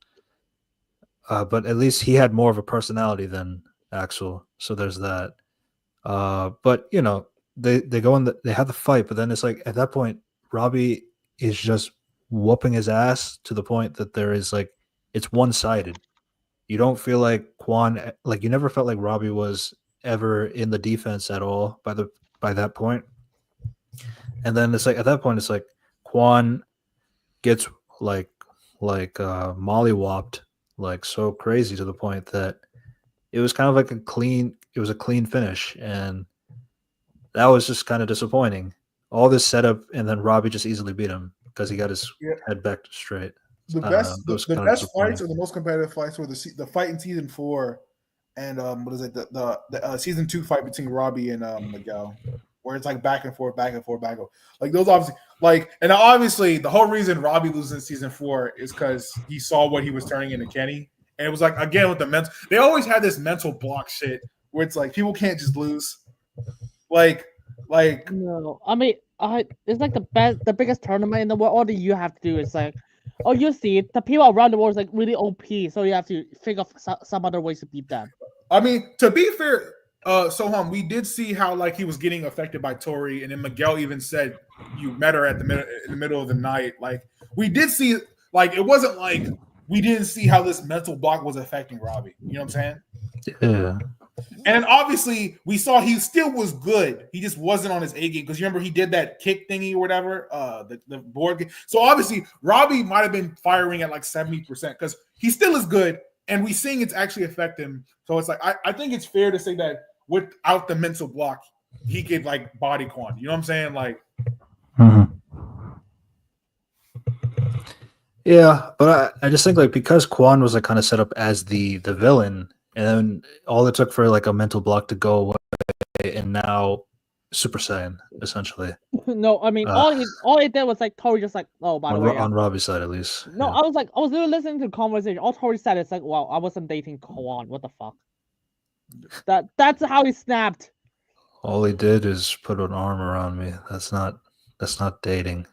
I mean, so No, I understand. Let's be But real, it's just think about it. That is pretty much what gets Robbie into Super Saiyan mode. So I'm not gonna lie, Song. I'm not gonna lie, Song. Like, Song, I don't know if you have a girl. Like, I don't have a girl, but if I saw a dude put their arm around my girl in a flirtatious way, that would make me feel some type of way, Song. I don't know. Like, I mean, I get that, but at the same time, would be like that would be just snapping. Oh, that would be like, oh, okay, that guy's just weird. That would make me like mentally just like feel completely fine, able to beat up that guy. Yeah, again, my downside is just like I just feel like that was anticlimactic, especially for Quan's side, and then especially because this is also the point where it's, this actually is for the win essentially. And Robbie won, so then Cobra Kai is out of the tournament, and then at that point, like, okay, we don't even know if like we didn't know about the super soldier serum thing from the Russians and all that stuff, so it is what it is. But like at that point, it's like, okay, we got to the point where Quan lost and he got mollywopped. So that's kind of where it got to the overrated conversation, I would say. But then they're only back because the Russians had steroids, so that means the Cobra Kai is back. It's not because they deserved it; it's just that somebody else cheated. So it's just that kind of thing. So it's like, it puts a little bit of a damper on Quan because like he was set up to be at least the top two guys, especially villain wise, and then to the point that he lost like super easily. No, I mean they need time for fucking Sarah and Axel for some reason. That's it. Yeah, I mean, like I could have been okay, but it's called Cobra Kai, so it's like, okay, I guess we got to figure out a way how to keep Cobra Kai back. So many scenes for Sarah, absolutely nothing. I mean, I want to get to Robbie. Because Robbie is like a lot of like he has a lot of shit happen, but at the same time, the episode doesn't. We kind of talk over Robbie, but yeah, we can talk about. But like, yeah, it's just here's the thing about Robbie. It's like a lot of shit happened to him, but it's like none of that actually affects him. Or at the very least, everything they just resolve it. I just like you say, I like Tori just thinks like, oh, actually, we're not dating. It's like that done. That's his arc. And then what about he got fucking raped by Sarah? Absolutely nothing. Tori knows that. Didn't tell him. He didn't even process that. Well, the thing is, to be fair, I think it's just implied that like I think she's just doing it to mess with Tori. And the thing is, Tori doesn't know that Robbie didn't go in there willingly because she said they were on a break or some shit. You know what I'm saying? So yeah, the only dialogue is just the I seriously don't remember what happened. Which I mean, like rum and coke, 2 rum and cokes and blackout drunk. I mean, well, they're in high school. This was his first time, so fair enough. But yeah, it even then it's like that doesn't really bother him. I mean, if here's the thing: if you got fucking raped, I will mentally speaking, you'll be fucked. You'll be fucked up. But the thing is, he didn't even process that either. Wow. Well, I think he's too worried about Tori to actually care about whatever Zara did to him, bro. Which is like it's kind of crazy.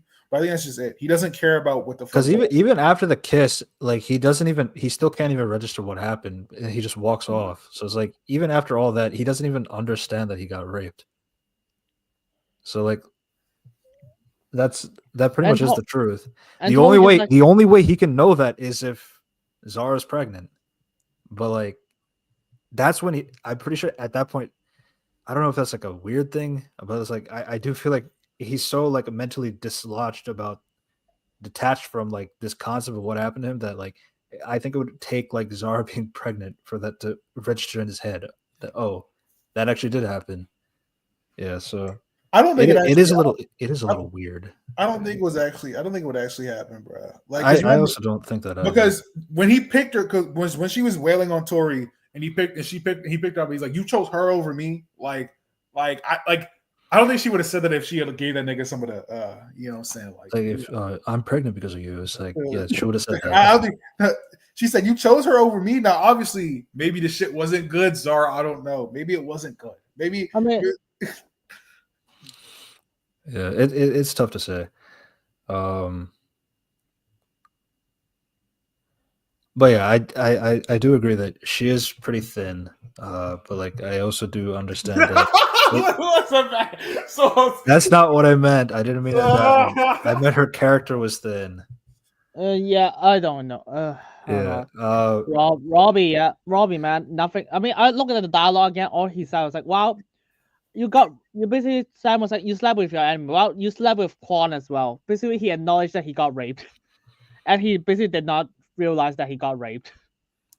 Fucking hell! But even then, it's like just because they're dating, that doesn't mean like if you're implying that like Quan and Tori were dating at this point, okay, but just because they're sleeping together, that doesn't mean they're actually having sex.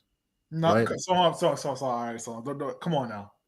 Are you gonna tell me that Quan and Tori definitely had sex during this entire obviously tournament? I don't think they're sleeping. I just think that Quan wouldn't make you think that, but if it's very. I mean, Quan is gonna make it sound like that happened, but it's didn't. Very. If Robbie thinks they have a thing, it's very like decent for him like to understand it. Like we're not gonna do it. Like so, come on now. So it's dependent on. Like, I understand why Robbie would think that. I'm not saying he's doing that. I don't think they're doing that right. I think Quan is obviously just putting that image in his head to fuck with him, right? But like that's not a crazy image to put in. Like Tori is good looking. I am the #1 student in the dojo. Like you know what I'm saying. Like you know what I'm saying. Like you know what I'm saying. Like yeah, it's just there's two definitions of sleeping with. So I mean, that does exist. We can't say it doesn't. Like it exists, but it's like I guess like yeah no. Like so, I'm like, there's two different definitions. I'm gonna beat his ass. Like you might, like you have a belt, or you're gonna like punch him. Like you know what I'm saying. But if somebody says I'm gonna beat his ass, so you're not thinking he's gonna actually like spank him, right? Like, oh well. So that's potato. I guess that's what it is. Well, yeah, yeah. But I with Robbie, the stuff, the stuff with him and Miguel is better. Yeah. I think we can all agree on that. Robbie was smoking crack, and Miguel was not smoking crack. Robbie was smoking something, and then Miguel was like, "You have to tee up." Like, he said, personally, I don't think he was on some shit. Like, I don't think you're the best. You're the captain, but you won it, so you have to win it. So you have to be in your. You know what I'm saying? You gotta be in your shit. Yeah, I mean, yeah. I wish like it's the person who talks the sense back is fucking Miguel and not Tori. That's the thing. I was like, oh, I mean, he did technically, but he's not the final one who's snapping back. Miguel not. I mean, Miguel kind of snaps. Oh, I mean, he did. Like, he snapped him for like a specific moment, but then he broke out of it again, seeing Tori, like because that happened way too many times too. It's like every single time Robbie was on the mat, looks at Tori, loses. It's like, oh my god, and it happens like 4 or 5 times. I mean, you know, obviously it was the first round, so it was like meant for the qualifiers and all that stuff. So, of course, there was a lot of rounds, and of course, there's a lot of L's. But like, that was pretty brutal. With how often it happened, at least. It just, yes, Robbie is just. I think that's all I want to say about Robbie. He's just really weird. In this 5 episodes, and his resolution is so rushed. I was like, okay. And who is left? Oh yeah, Tori. Yeah. So. Now, obviously, her character is supposed to be a tragic character, but like all her motivations make sense. She's the only character where it's like this shit actually like she's a juvenile. She has a younger sibling. her mother died, or she was Juno to Lincoln. I meant so it's like she has a criminal record.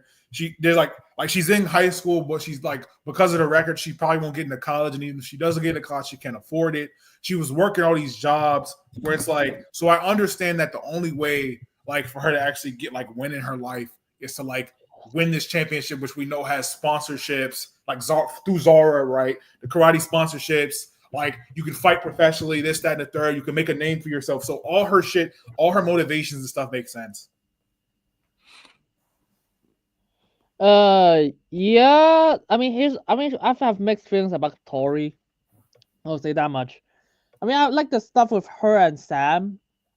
And there's 5 episodes, and even some stuff with Robbie. Okay, aside from the ending, it's not too bad. I was like, I don't even know what to say about the ending. I was like, all she said was like, oh, but it's like she didn't really apologize for just going to the other side. And her final conversation with Robbie is like, "You dumbass got played." Yeah, he did. Well, I think she said that because she's mad because she thinks this shit happened with Zara, and she said your dumbass got played because she's like, how do you not have faith in me that I would never do some shit like that? Like I said, like she's the one that established we're on a break. We're gonna figure this shit after the karate contest. Why would I then say that and then go on? And she like you don't have faith in me either. You know what I'm saying? So like, yeah, it's kind of like when you think your girl is cheating, but your girl actually isn't cheating. Your girl setting up your birthday party. Like you would think I would do some shit like this to you. You know what I'm saying? Like that's why I think she was mad at him. And then he's mad at him, and that never came up afterwards. Her in the show, it's like her and Robbie. They've been the most loyal people in the show. Like, especially her. She's been loyal to everybody. So outside of the one time where she obviously goes back to Cobra Kai, but again, I understand that. But up until that point, she was loyal to everybody. That she was like, you know what I'm saying? Oh, my thing is, okay. After that, they never talked again. That's literally the last conversation. That promise never resolved, and that's in episode 9. So the entire episode 10, Tori and Robin never shared a single scene together. Well, technically, because they stand beside of each other when Azara's fighting is like, you choose her over me. It's like, yeah, he definitely don't. And then he said, I think he said, I always choose her or something like that. Like, I'll always choose her, like something like that. Yeah, no.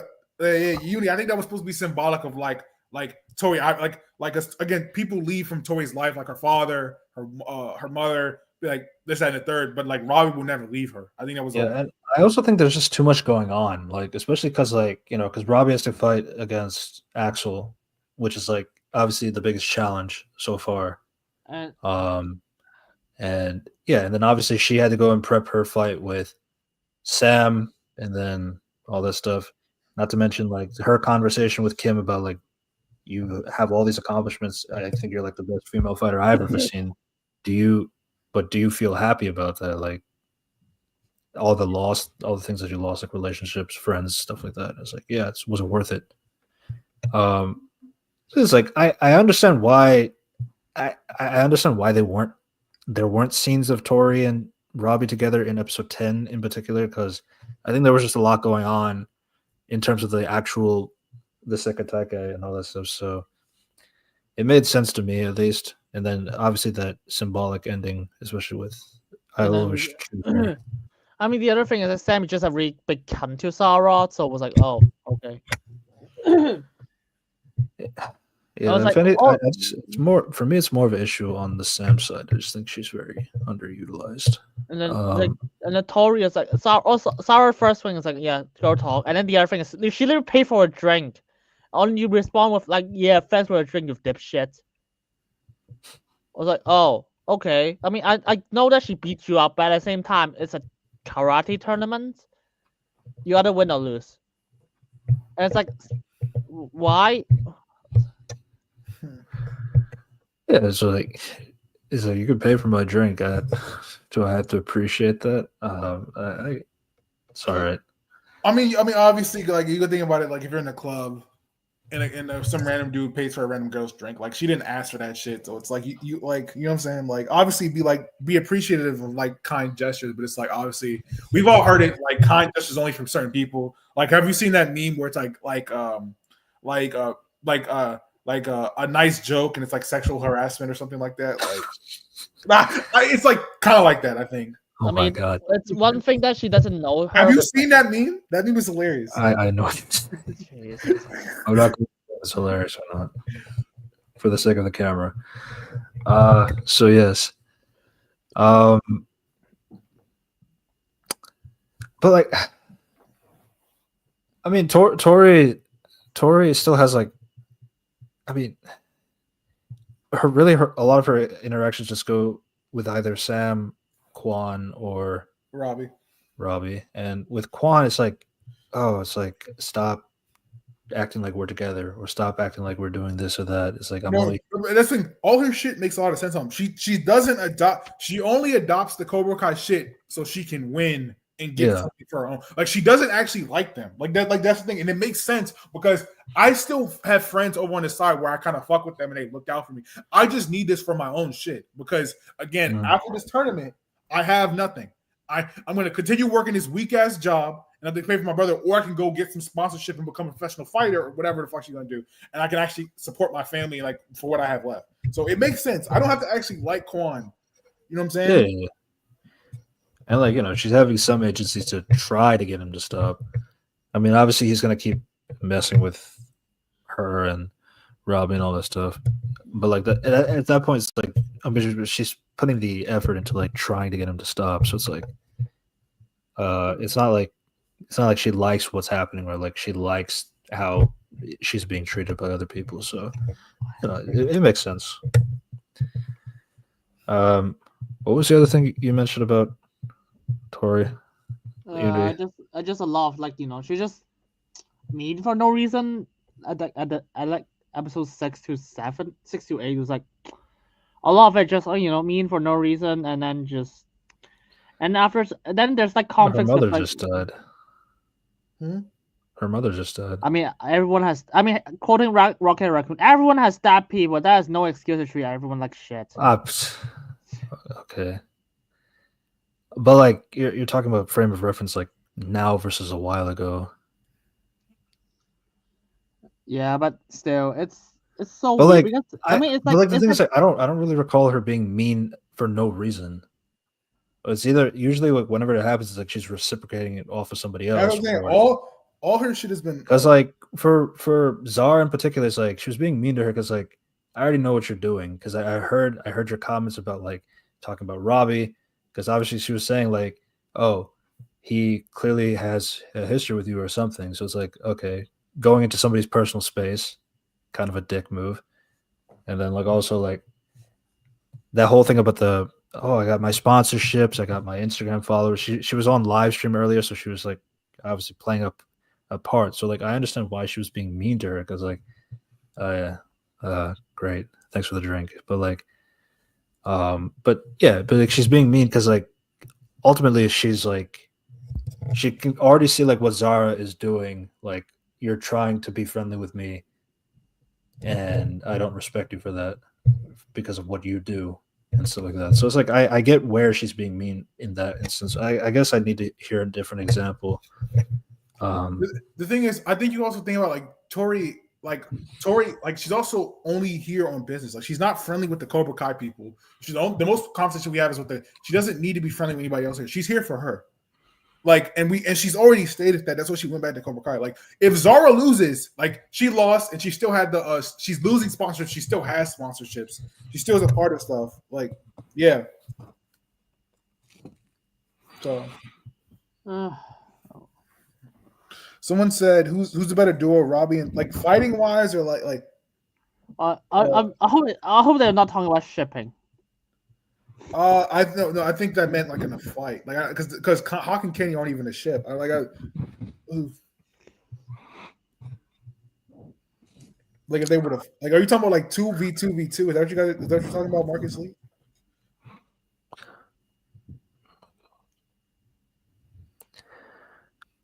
Yeah, because like the other two make sense for relationships wise, and then Hawk and Kenny, I don't get at all. That's why I think it's a fight because.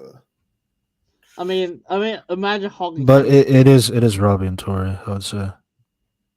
Miguel carries a lot more over Sam. So because Sam hasn't really been trying to fight, bro. Like it's like no, I don't.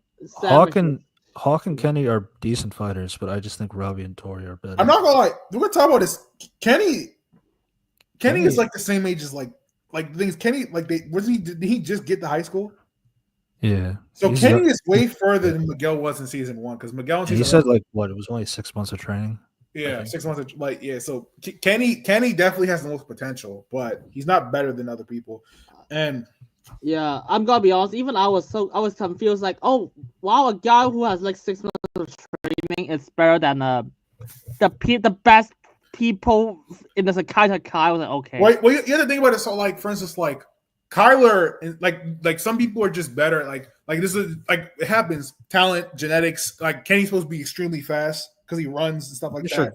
I'm pretty sure like, Daniel himself was like 6 months or something like that. Yeah, like if we're gonna think about it, like some people just adapt to stuff quicker. Because again, Kyler in season 3, Kyler beat Penis Breath or whatever his name was in a fight, even though Penis Breath had martial arts training and all Kyler had was wrestling training, right? So the same with like Miguel beating Kyler at the end of the season after Miguel just got out from being crippled, which doesn't make any sense either. We're gonna let him cook.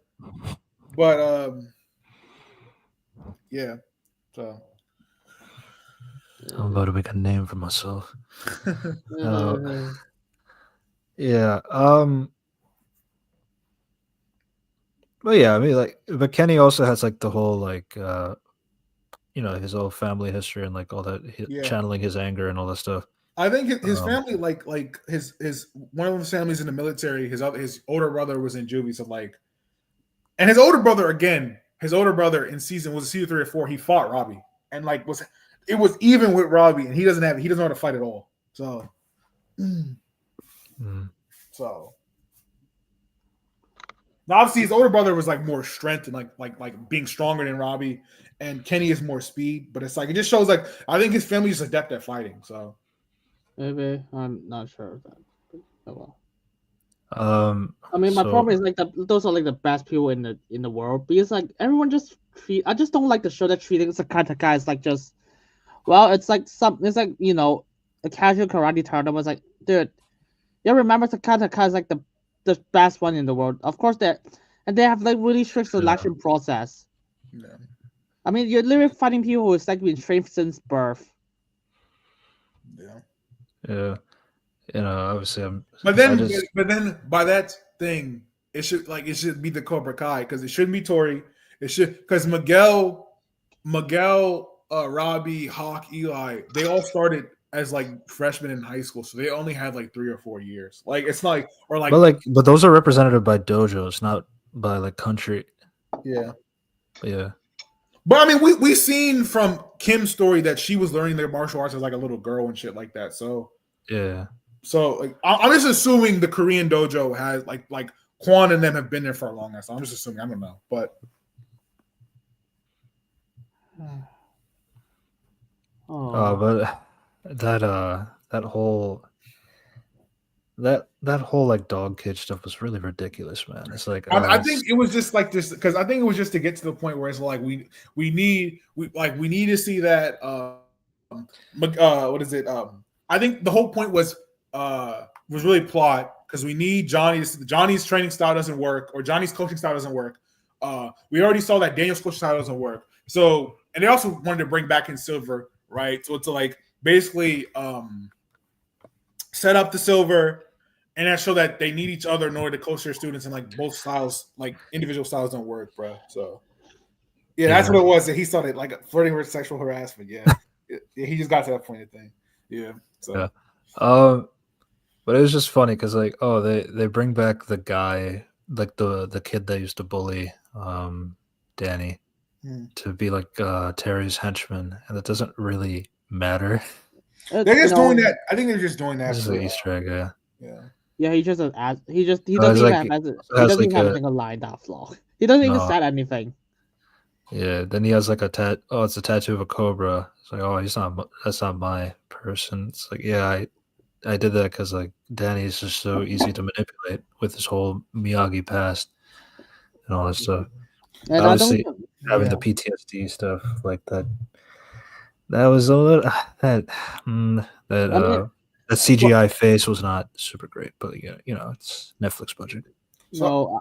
Yeah, so I mean, I have a question. I love the part they literally just like lock him in a cage and literally just search around their faces and his phone and wallet and stuff, and he missed the fact that he missed the thing that would actually lockpick the person, which is so convenient because literally just a kid just walk to that location.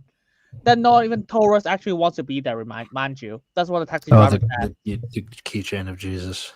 Yeah, I just bought it from there. I was like, oh, just a random kid. There's a random plot if I just give him a key to solution, which the bad guy didn't even take it away for some reason. So we're about to get to 145, and I have to dip. So, what do you guys have? Any predictions for part 3? If not, yeah, no. I mean, I don't know. They have to resolve everything in 5 episodes, and this is like the final season.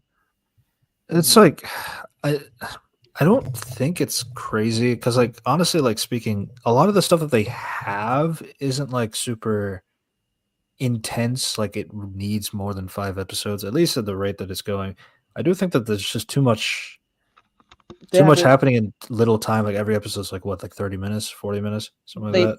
I mean, they have to resolve the kind of. I mean, the last episode I think was like an hour and like 1 or hour and 5 or something. That was a longer episode. Yeah. I mean, they have a lot to resolve, like the Quan dying, Takataka results, and every single character has to go university and stuff. Will it even? This is a rumor I heard, but apparently, continue? Apparently, the Sega Tega is gonna like be like a month or something in advance. It's gonna continue in like where we need a break, something like that. It's gonna be like a break, and it's gonna continue in like LA in like the Valley or some shit, and like where they hosted. That's what I heard. And like, there was pictures. There was pictures that Miguel there's pictures that Miguel is back in a Cobra Kai jersey or something like that. So he's gonna end up being the Cobra Kai thing for since Quan died or something. There's been images floating around. So. Mm-hmm. Oh well. I mean, I just want to say we haven't talked about Daniel yet, and like we kind of did. Like not enough, not good, not much, not as much because it's just so weird. Yeah. What else do you want to say about him? I was like, we talked about how he like the dead sensei thing never held any responsibility for his action, like how he's escaped nothing, and it's like he's just got a downgrade when it comes to after like 5 seasons he got a downgrade when it comes to caring about kids.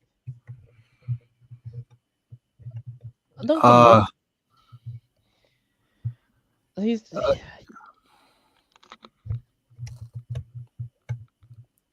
the sad thing is I don't think they even want to focus much when it comes to Danny. He just here when it comes to like, oh, Mr. Miyagi has like a dark past. I was like, yeah, which is stuff we already knew. Yeah, I was like, and then he was like, oh, he killed unless they want to fully commit to the butchering of Miyagi, then they can do that. But like they haven't done it yet because they really want to tiptoe right now. No, I don't know. I feel like that stuff should have ended in the first part. And then you ask me, okay, so what does that have to do with him emotionally? It's like he felt sad in the last episode. He beat the guy again. What does that mean? Nothing. I mean, I don't think. The death of Miyagi actually doesn't even affect him that much at the final episode, unless they're actually gonna do a lot more in the next 5 episodes. I don't even know what they're gonna do with that. The death of Miyagi or the death of Quan? No, that Miyagi killed someone. I think Daniel's gonna have basically the thing because he's been the one that stays true to his thing. I think Kreese is gonna figure out Cobra Kai. Fully Cobra Kai isn't the way because Quan died, his star people died, and I think Daniel's gonna figure out that Miyagi-Do isn't the way because Mr. Miyagi isn't the same. He's made mistakes, so I think he's basically gonna learn his outlook. Like Mr. Miyagi isn't perfect, so.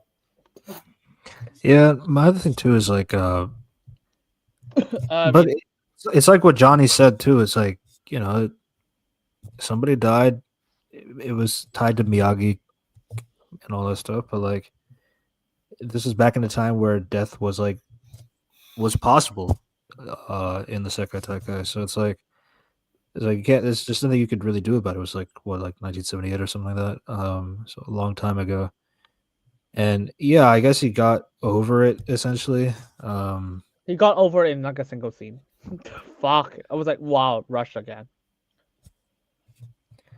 Yeah, Johnny and Robbie don't really talk that much. Sometimes I forget that he's also his dad. Yeah, fuck yeah. Oh shit. Yeah, Um, they did do a good job with Johnny and Miguel. I will say that, but yeah, Johnny and Robbie's kind of not much. He has a lot more with Devin. But yeah, okay, I have to dip, but it's been good talking, you guys. yeah. Don't worry. I think we said everything. It just several more plot issues. Then that's it. Yeah. See you guys. When part two comes out, Subscribe to Trikage. yeah. I have a question. Have you guys done the Penguin? Yeah, that's the week. last episode. Yeah. You guys didn't have me for that episode, man. God. Yeah, we had fuck the Penguin. Fuck the Penguin. That's all. Fuck him. You mean the show or the character? The character. We love Victor Aguilar. Oh, that yeah. Fair enough. All right, I got dip. It's been All good right. talking to Soham and Unity. Okay. Thanks for being here, Shaq. Okay. Yeah. Then yeah. See ya. Devin is like a third child. Yeah. Yeah. I think. So anything else? Anything else you want to add? It's just like Terry Silver's plan to just kidnap what's it called? Daniel as LaRusso is gonna be. It's like really. I don't even know how he got the idea, and then he just gotta have this elaborate plan from people in Barcelona for some reason. And then, yeah, and then he got all the records. It's like the show forgot he's a fucking criminal. But yeah, oh well. Yeah. Of course, like the people in like the final brawl just did, instead of just picking up the mic and just like, hey, stop the fighting. He just participated in the fighting. Yeah. I'm just gonna say some notes that I wrote down when I was watching it live. And then anything else you want to add, if you could just do that. So, Iron Dragon's basically not really much to go with. You got a big dude that's getting tortured by a sensei, and he just hates Miguel because he wants to fuck Sam, but Sam said no, and that's somehow Miguel's fault. And then Zara is like fucking with Tori by fucking Robbie. So that's okay. But so again, my whole thing was like I just found we're gonna talk about Arcane season 2, but we're saving that for December because we have to talk about one more movie for this month, and then we'll have to talk about Moana 2, and then we'll talk about Arcane. I mean, and no, I haven't finished Arcane season 2 yet. Don't ask me. Yeah. Me neither. No, I mean, if you want my overall thoughts for like the first 6 episode, it's bad. It's like, I mean, I don't even know what to say about this. Because they literally just ruin characters left and right. Yeah. Episode 10 just got really ridiculous with the whole like the broadcast camera. It's filming everything going on. You even have like to the point where Mrs. LaRusse was like, not again. Watching the Yeah. It's a little funny, but lampshading it is not. Oh, it's like, damn, these guys don't know anything about brawls. Yeah, we've been in a lot of brawls. We've been in perfect here. It's like, yeah, I get it. There's been a lot of brawls in the show, but like lampshading it is not helping. I mean, and then they just got the Kwang fling into the camera, and I was like, what? They stole that from Death Battle? Like, one of the best episodes of Death Battle, the Power vs. TJ combo. They literally have the guy just like have his head fling to the camera, and the camera cracks and just. No, it's like it's not just that too. It's like the fact that like so they got to the fighting, all the fighting happened, and they even filmed the death of the kid. That's all on camera, and all that the entire world got to see. That's crazy. That's wild. And it's like at no point none of these camera guys were like, okay, we need to shut it off or something like that. And it's like you actually filmed a murder live on television that the entire planet got to see. That's crazy, man. I don't know how that would have been allowed. But I get it. They wanted to get the whole dramatic shut the cameras off. Shut the cameras off, and then that's how it ends. It's like it's nice as a cliffhanger, but like that it's just not realistic. Is what I'm trying to say. Yeah. I liked Devin and Kenny. Those I talked about that a lot. Yeah, and I just found like a lot of neat. And then the other problems I realized is like because remember Johnny is like poor, right? And he can just get like instant flight tickets like the next day and instant flight tickets back the next day. Yes. That was like fucking hell. How much money do you have? And that's like you got to factor it. People get tired, man. Like jet lag, murder or manslaughter. I mean, both are bad, but like it in this case, it was attempted murder from Quan, but then he hurts himself. So I guess by definition that would make it a manslaughter. But yeah. I mean, maybe got the. But it does depend. Like, if the camera caught, the sword in his hand, and he was trying to throw it onto Axel. It's like, okay, then it's like, yeah, you also filmed attempted murder, and people got to see it, and probably somebody did see it because like they had multiple cameras, so multiple camera angles and stuff like that. So maybe some other camera caught it. So yeah, that is there. I got so bored at the end. I was like, just leave. And then 5 episodes. Yeah, and I was thinking about it too. It's like that fight was going on for like 7 minutes, and like you even got to a point where they had the geriatric fight of the two old men, Silver and Kreese, and then Johnny just comes in all of a sudden to defend Kreese. It's like that was interesting. And then that lasts for like a few seconds. Yeah, and that was done. And then it's like, so why is this fight taking 7 minutes? Like, surely there's got to be an end to the. Oh, okay, somebody's gonna die, and then that's how it ends. But yeah, it was dragging quite a bit. Yeah, pretty much. A lot of they have used the time to spend on the characters, or just I don't even think they should not even bother with the Iron Dragon characters.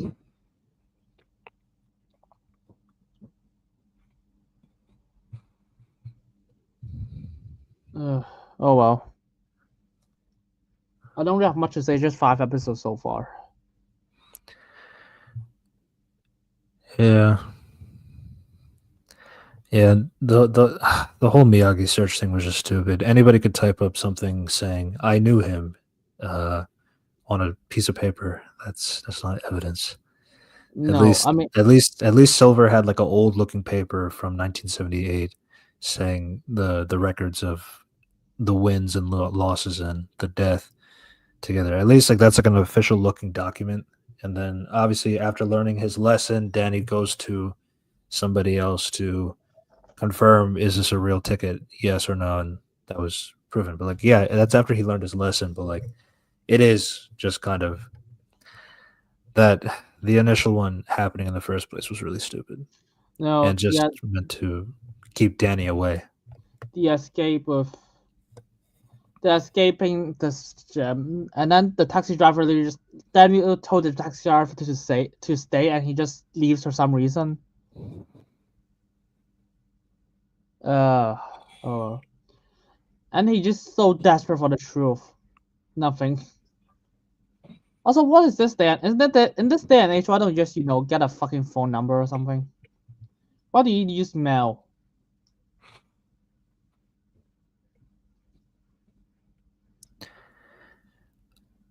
Yeah, and again, like that whole plan right thing too. It's like that's like 6 days worth of traveling from forward and back.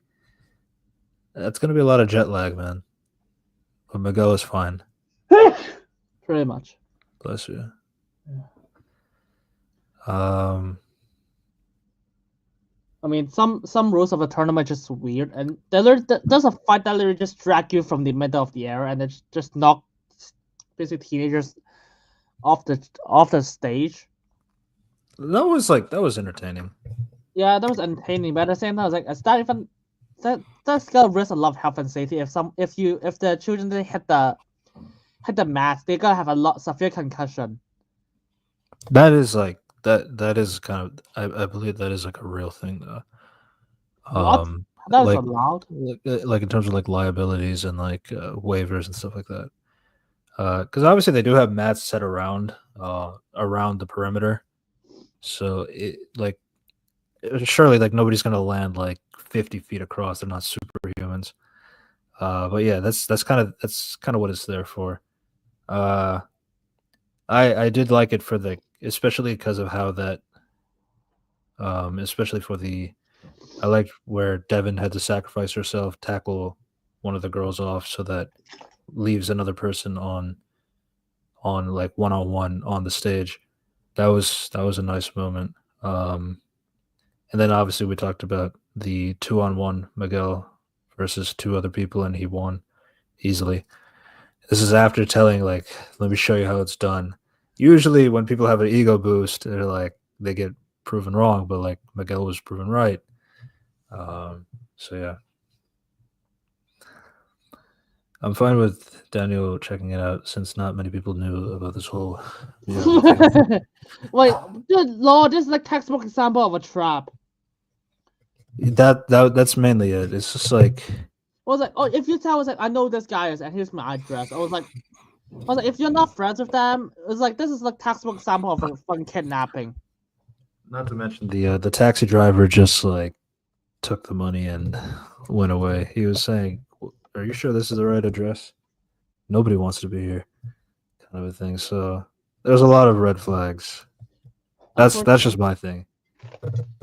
Yeah, and again, it's like the fact that it doesn't really have a consequence out of it too. I mean, yeah, they eventually get to piece together that there's this one guy that has a Cobra tattoo that has nothing to do with the actual Cobra Kai team, according to Kim. So they can follow that guy to a hotel, and then that's how we get the silver reveal. Yeah, it's like a few pieces are of the puzzle are putting together, but at the end of the day, there's other ways to do that. I feel like, and not make Danny look stupid. But yeah, that's mainly my thing. I mean, all they have to do is not just type "I know where he is," just type a fucking paragraph, type a page of like history of, like, we and Miyagi are friends. Just bullshit it. And yeah, it's like, and yeah, the whole brawl thing too. It's like, it's not like a schoolyard where like a bunch of kids are just getting angry and they fight each other and all this stuff. This is a Sekai Tekai, like a official championship league happening, and everybody is beating the crap out of each other, like all that. And I understand, like, different fighting styles, they probably do believe in like control your emotions and all this stuff, but usually in a lot of fighting styles they do have this sort of discipline. I mean, even boxing teaches you that. Yeah, it's like a lot of it comes down to self-defense and all that stuff, but like the fact that it gets everybody to start fighting, and then you have like everybody from Cobra Kai versus the Iron Dragons versus the Irish ones, the Russian ones, the Brazilian ones. Like, they're all like, everybody's just fighting each other. And some of the fights that are happening are not like character driven. Like, some of them are just like, they're working together to like, they're all working together to fight 2 other people. And like, back to back, the Binary Bros are back. Kim and Chosen are fighting together. Oh, that's so cool. I actually like Devin and Kenny fighting together. That was nice. Sam joining. Sam is like fighting a few people. Sam joins like Tori's side with Robbie. It's like, I guess, but like that was more deserving on Robbie's part, especially after Zara's like, you chose her over me. So that's more weight to it compared to Sam's side. But yeah, I mean, but yeah, like the fight is just really just random bullshit. That Moon Knight meme. Yeah. I mean, I'm just checked out. I'm just checked out after that point. I was like, oh, DeFarson has a question for you. I don't even know what that is. So no. Anything else? No, I'm good. Yeah, we said a lot of things. I mean, I'm just gonna talk about Wicked tomorrow, so that's fine. Yeah. Oof. All right. So, once again, thank you to Chloe Bennett. That changes things. Yeah, but still, I'm not gonna watch it. Yeah. I want to thank Shaq again for joining us for this podcast. I do think like it was overall probably mixed. I'd say as a general conclusion that I got out of the conversation. Not perfect, not like garbage, but like, eh. I could definitely see like there's definitely a lot of decline going on.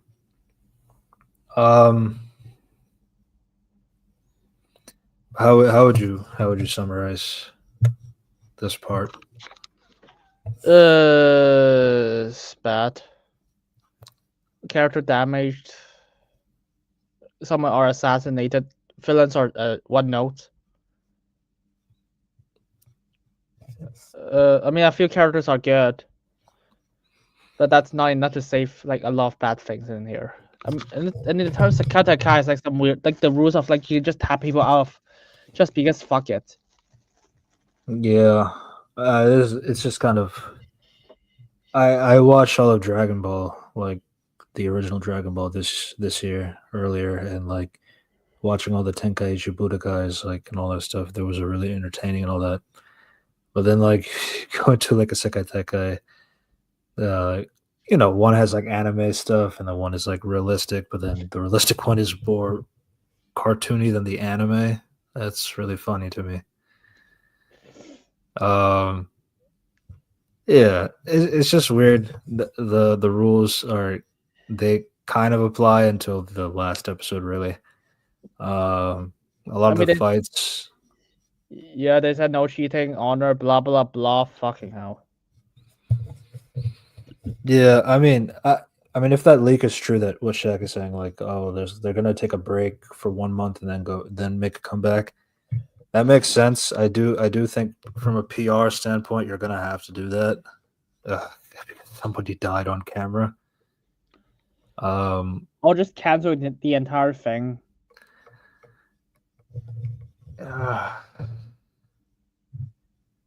There's pros and cons to that usually. I mean, I just wish they didn't bring Terry back again. They should really just bring Hilary Shank.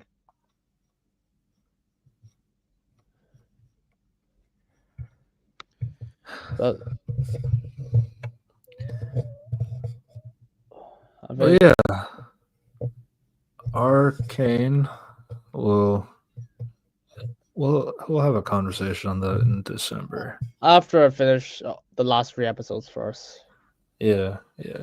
I'd say like maybe around the December 9th or 16th range, probably one of those 2 weeks, because we also got Sonic 3 and Moana 2 for December, at least for now.